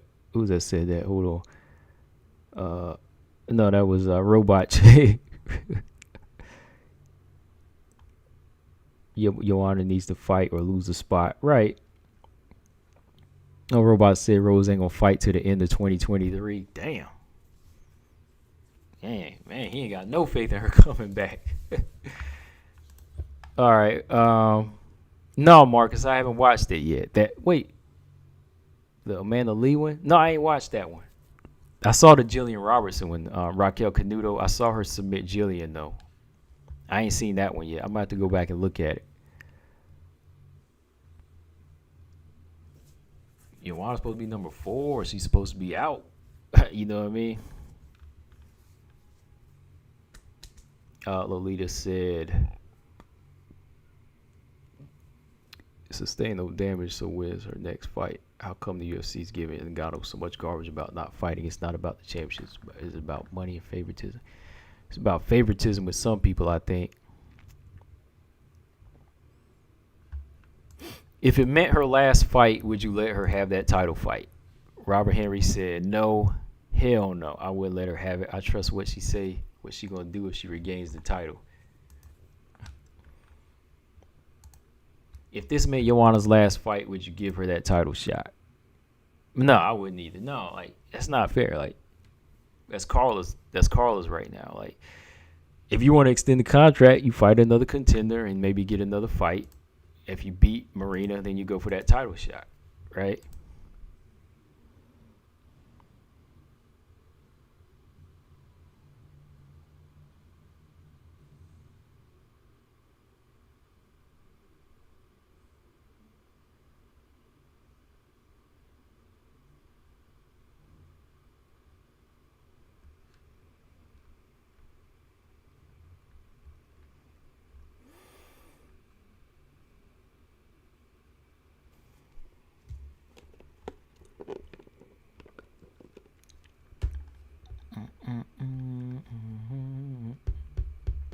Nobody's giving her that title shot, right? Nah.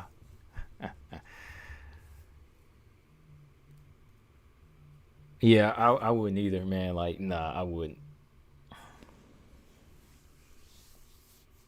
No, man, I just wouldn't because no, it's not fair to any. That's not fair to any of the other fighters, man. So no, I wouldn't give her a title shot. All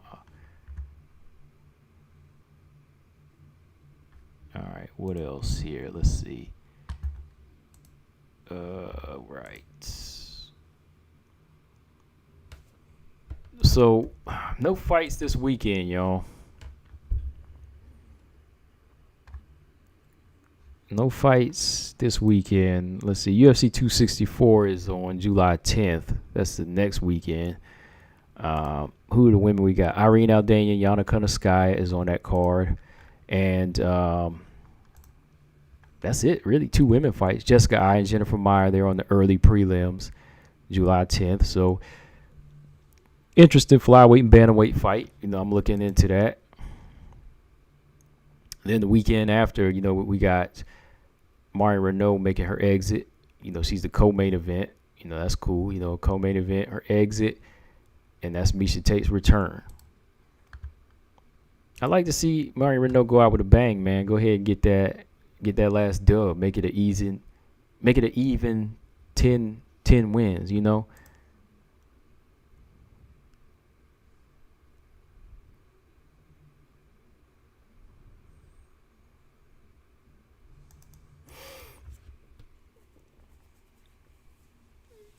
Stamina said there's no way the UFC wouldn't resign JJ as she still has value few other women have, but they also perhaps trust her less than before to actually be about this fight life. I mean, when she puts that out there that she's making more money than she is with the UFC, I think they are trusting her less because they know that she can hold it up just in case something don't work, she'll come back and fight. You know what I mean? So the longer she holds out, the less and less they'll trust her. Yeah, they wouldn't get rid of her because she still holds some weight, and she still is like she's preparing to fight. But I don't know if they can really trust about being a fight like that, fight life. Like, this might actually be her last fight. It might be. I doubt it. But what I say don't really make much of a difference. It's all in what she said. I don't know, man. They have good reason not to trust her, though. Because, again, for that statement that she made, it's similar to Paige.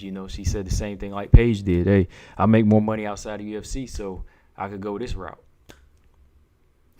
Yeah, Robot Chickens. 264 is looking good. Like, we got some other good fights up there. Good card coming up in 2 weeks.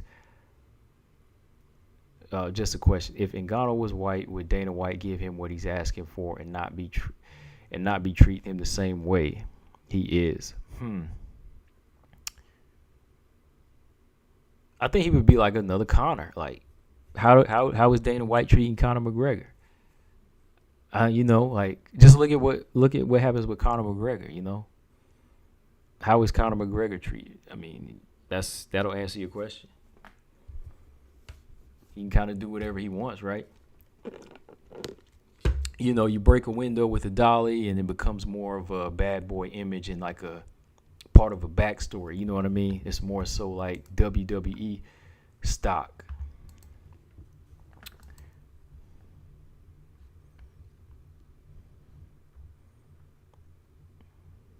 Robot Chick said Cupcake's going to smash her. Marion Renault's always game, though. I'm gonna see Marion Renault go out with a bang, man. I think I'm gonna have to go with Marion Renault off her activity. Robert Henry said Joanna would say anything to get that title. She probably claims she denounced her citizenship, become a naturalized citizen to get. Yeah, right. Anything to get it. Yeah, IMI is next in 2 weeks. That should be a good fight. Aldana Kunitskaya. I can't say it's gonna be banging. Like, I hope Irene Aldana shows up and puts that work in, man.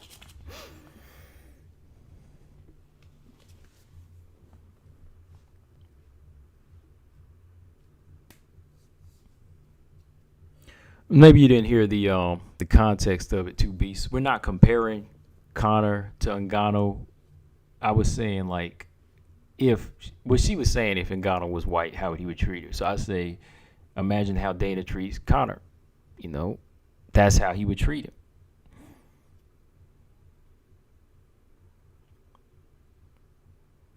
Now we're not comparing them as like fighters, but like how he would treat him if he was white.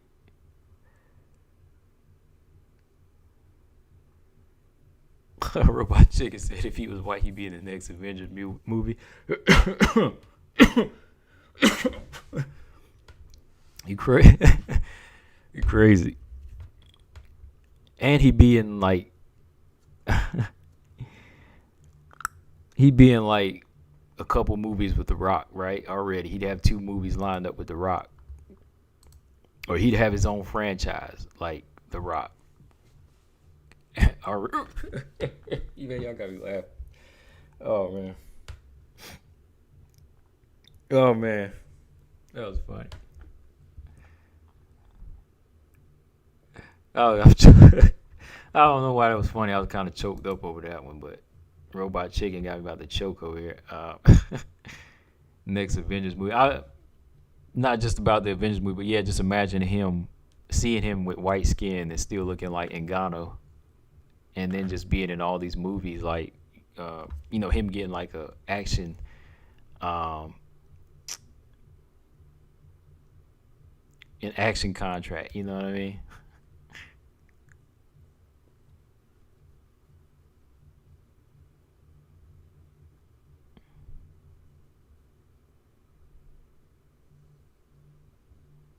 Robot 6 said Connor Sky can win an extremely boring decision. She could. Irene is a better striker, but I think Yana Connor Sky is gonna wanna, take it to the ground in this fight. I think she's gonna want to maul and take it to the ground, man, for real.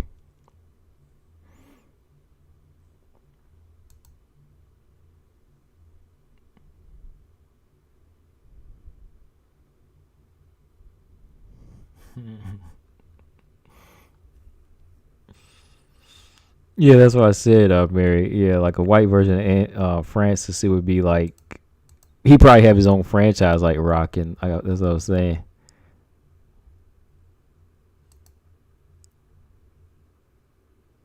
And he still looks like that's what I was saying. Like that's why I was laughing because I pictured him as having white skin, but still looking like Ngannou, like not straight hair, but just like blonde, blonde curls.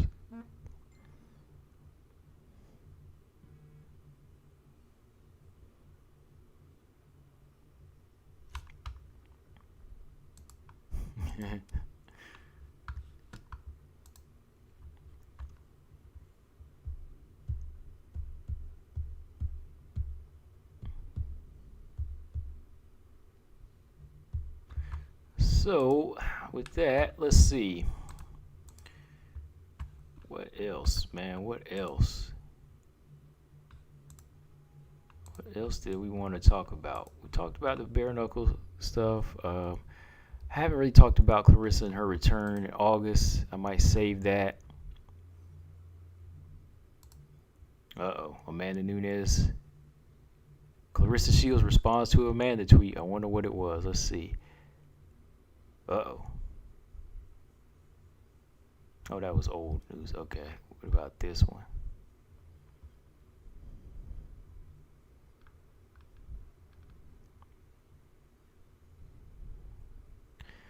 After Shields got wind of the Amanda Nunes tweet, she responded during her interview by saying, "If the big dog is looking at me, she's in more trouble than she thinks because I don't know nothing right now."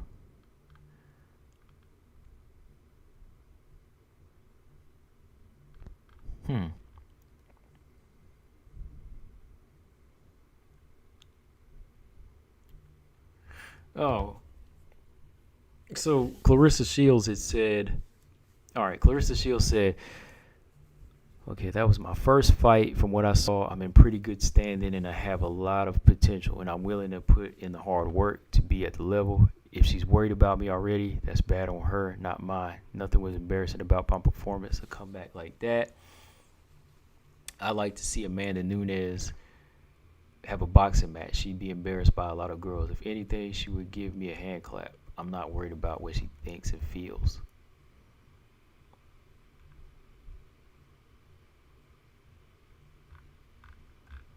All right. Yeah, I think, yeah, you know, they shouldn't even be like on each other's minds. I don't even think, Amanda Nunes needs to really react to anything Clarissa says. Clarissa doesn't even really bring her name up at all because it's just like the only thing that's making her bring up the name is just the star power. That's all it is. Like Amanda entertaining Clarissa right now is like her entertaining any other fighter making their professional debut. You know what I mean? Like there's no purpose to it. There's really no purpose to it because that person is not ready for that fight. Clarissa is big in boxing, but she's still small on the MMA level. You know what I mean? Like her making her professional debut is just the same as some other these fighters making their professional debut. Because these other fighters that make their pro debut in MMA, they came from the backgrounds like judo, wrestling, and so on. All these other disciplines and things of that nature. So there's really no comparison. So I just hope they stop tweeting each other and acting like potential fights gonna happen because it's not gonna happen. I don't want to see it happen.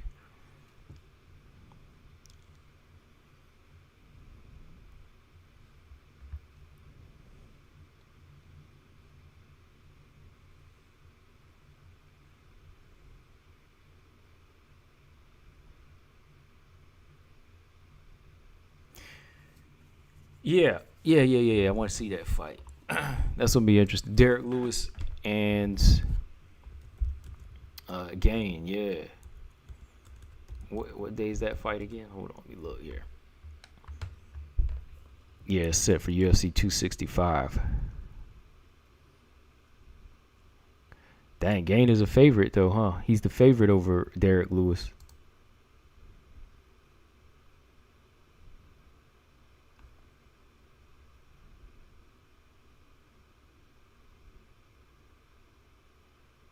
Hmm. All right, y'all. So I'll be on here for a few more minutes. Let's see. Yeah, Lewis Gain. Yep. Lolita said Amanda does not want to box. That girl is just trying to get under Amanda's skin to make some cash. Yeah. Clarissa needs to stop. Yeah, like I said, that's like any other fighter calling her out. Like any other fighter that's 1-0, it makes as much sense as any fighter that we don't know in WMMA. You know what I mean? Like anybody trying to make some, credibility off her name, just don't call her out, man. Just don't call her out. Mr. Lee said, I'm extremely interested in learning more how WMMA fighters practice defense, defending while wondering why there seem to be so many who lack this skill. I think it just depends on their coaches, Mr. Lee. Like, it's depending on who they link up with and how serious they take defense. Like, do they know the science behind defense? Are they working with the right people? Are the right coaches? Are they putting it in their? Are they putting it into their minds with drills that this is important? Looking at Rose and JJ Aldridge doing their drills on Instagram, you can see that they're working on that. I think it just depends on who you're really working with.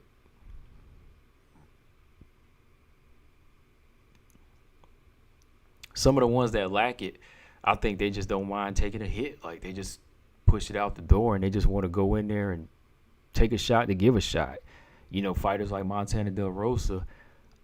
Who else? So other fighters that just like to go in there and bang. They don't mind getting hit, but it's gonna cost them. It'll cost them. Wei Lee, for the highest level that she made, she had those defensive mistakes that got exposed by elite level striking. Not just Rose, but Joanna as well. It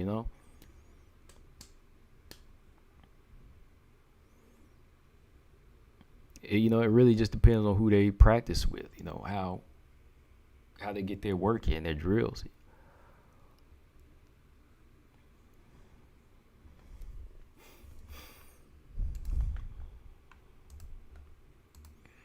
All right, what else?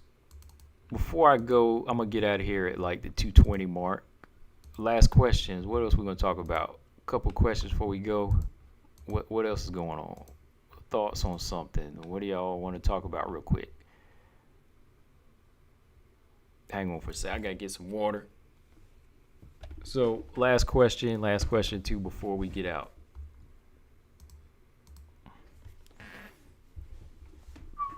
Hold on, be back.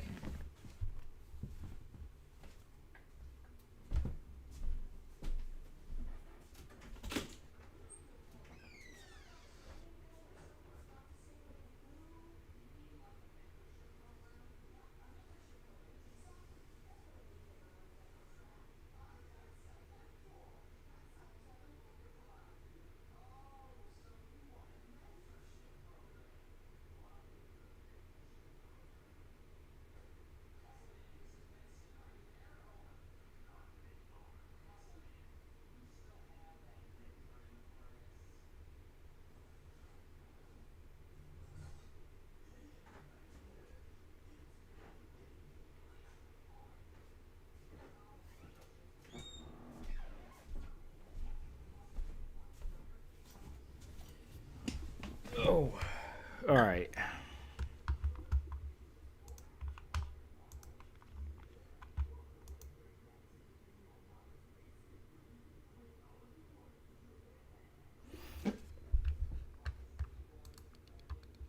Okay, so look at these fight schedules here. Ain't much, yeah, nothing really big going on this weekend coming up.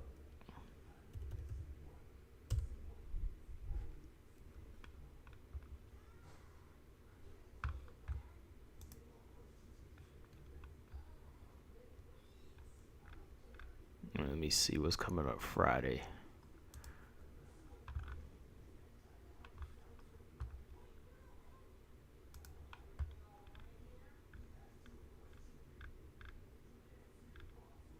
All right, nothing major coming up this weekend. Let's see, LFA's got some fights this Friday. Megan Owen, I've seen her fight before, like one time.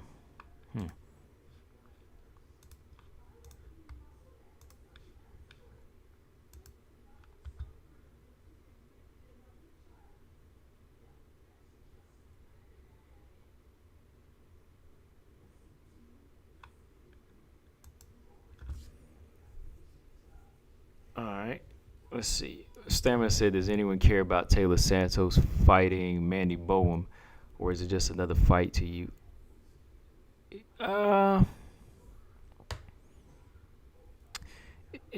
It's not as interesting as the Taylor Santos versus Roxanne, I'm not going to lie. Like, Mandy Bowen, I saw Mandy Bowen, her fight in Bellator, and I like what I saw for the level she was on, but no, Sarge is fighting Priscilla Cachoeira, right?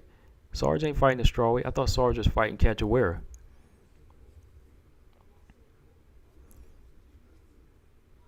Flyweight.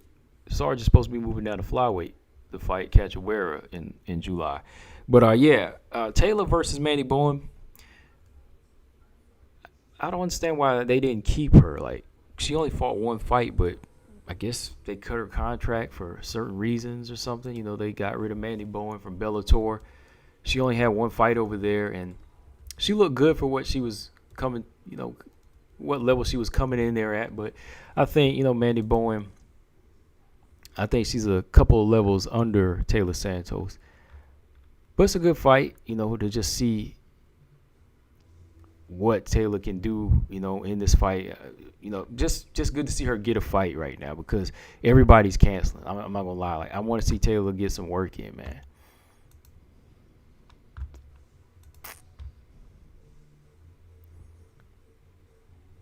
Okay, so Priscilla's out. All right, Priscilla Cachoeira is out. All right. I'm leaning towards Taylor Santos in that fight, because, like I said, Mandy Bowen is still growing. I was looking at her as like a top prospect coming up in flyweight. I want to see more from her in Bellator. But she had a dominant performance over there, that fight that I saw. You know, she looked decent in what I was seeing, but I don't know about if she'll beat Taylor Santos, though. Uh, oh, man. So Cachoeira is out. Oh, man, why is this one of those situations? Man, don't tell me they're going to give her somebody tiny. Oh, no, they're giving her, Elise Reed. Oh, no. It's Elise Reed, the strawweight champion Elise Reed. She's 4-0 right now. I didn't think she was going to take this type of fight yet, man.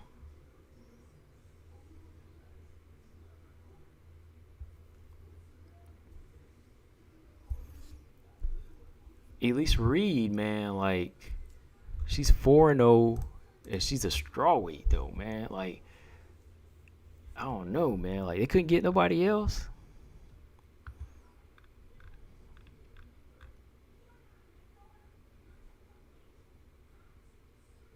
Uh-oh, man. I don't know, man. She just fought Hillary Rose a couple months ago. You know, I talked about this fight. I covered some of her fights. I covered a few of Elise Reed's fights. You know, she fights at Cage Fury. She's the champion over there, but you know, she's only 4-0. And to take a fight on 2 months' notice against Sajara Eubank, that's dangerous, man. Like, I know Sajara Eubank is 6-6, but man, I don't know. Coming in there at 4-0 as a strawweight, that's dangerous, man. And, you know, I've been talking about past fights. You know, I was seeing her grow. You know, she's been growing as a fighter, but this going to be dangerous, man.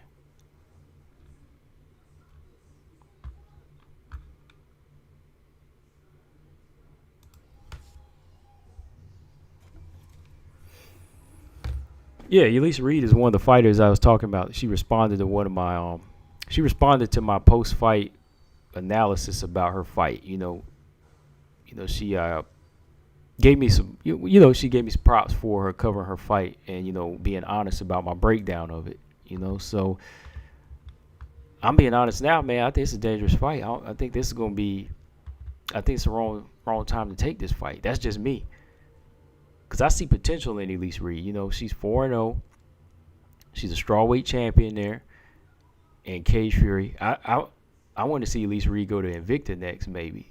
You know, I want to see her go to LFA and kind of pick up some more wins. And then maybe go to the UFC. But this is dangerous, man. You know, taking on somebody that probably won't even come in at flyweight. Might come in at 130 or 128. But past 3 years, she's been fighting as a bantamweight. Sarge. You know, Sarge's been fighting as a bantamweight. Sarge is 5'4". They have her listed 5'4", 67-inch reach. And Elise Reed is 5'3" at 61-inch reach. Yeah, that's going to be a dangerous fight for Elise Reed, man. I'm just being honest, man.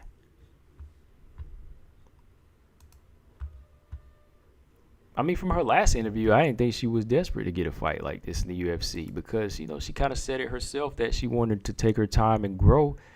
So I thought maybe Elise would go to LFA or something. You know, get another belt over there, get another win over there. But, like, why take Sarge on as your first fight and you're 4-0? And like I said, there ain't no hate or nothing like that. That's just being honest, man. Like, we seen what happened to Tabitha Ricci. Taking on Manon Firo. Damn, man, what kind of offers did they make for them to come over here to the UFC like that? I wouldn't take that fight. And I say that as somebody that's known, you know, fighters, you know, around the way, around here, and people I personally know that have fighters, and you know, we talk in boxing, and they don't want certain fighters to make a crazy move yet. You know what I mean?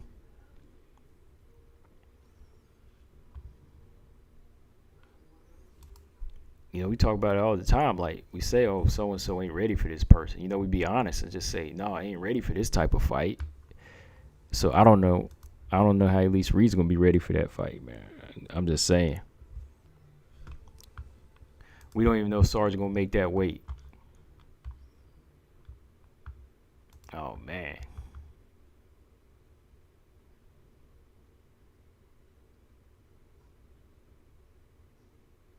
Yeah, she just fought. She just fought a couple of months ago. Elise Reed just fought a couple of months ago. You know, just got a big win, another big win in Cage Fury. But it really didn't make me say, okay, this is UFC time yet. You know what I mean?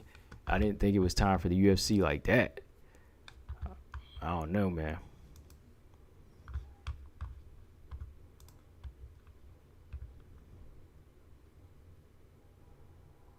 And that's somebody that's just been watching her. You know, I'm a growing fan of her, seeing what she does as a fighter.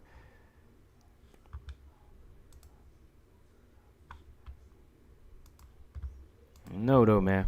But yeah, y'all, been on here talking for a while, so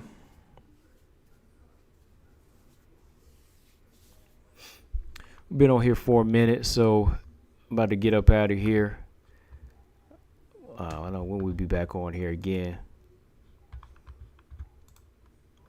Well, I'm off this weekend. Got stuff to do this weekend. Maybe I'll be on vacation, but I'll be on here talking. You know, I'll probably be chopping it up though. Let's see. Today is Tuesday, so it will be on like Friday or something. Maybe Thursday.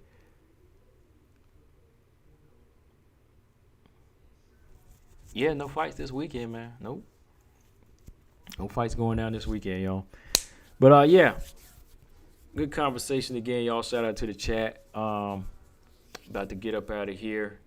And yeah, man, I'm gonna have to look more into this, man. I'm to talk about this in another video, man. But yeah. Well, I guess when that opportunity comes, you know, fighters gotta jump at it, man. That's how they feel. You know, maybe I guess it's more money, that sign-on bonus. I guess it's tempting. You know, it's tempting. But yeah, man, I'm about to get up out here, y'all. Make sure y'all subscribe like always. And yeah, follow me on IG. You know, I'll be posting stuff on IG about fights coming up and things like that. So yeah, guys, like always, I'm Combo Breaker 99. I am getting up out of here, y'all. Peace.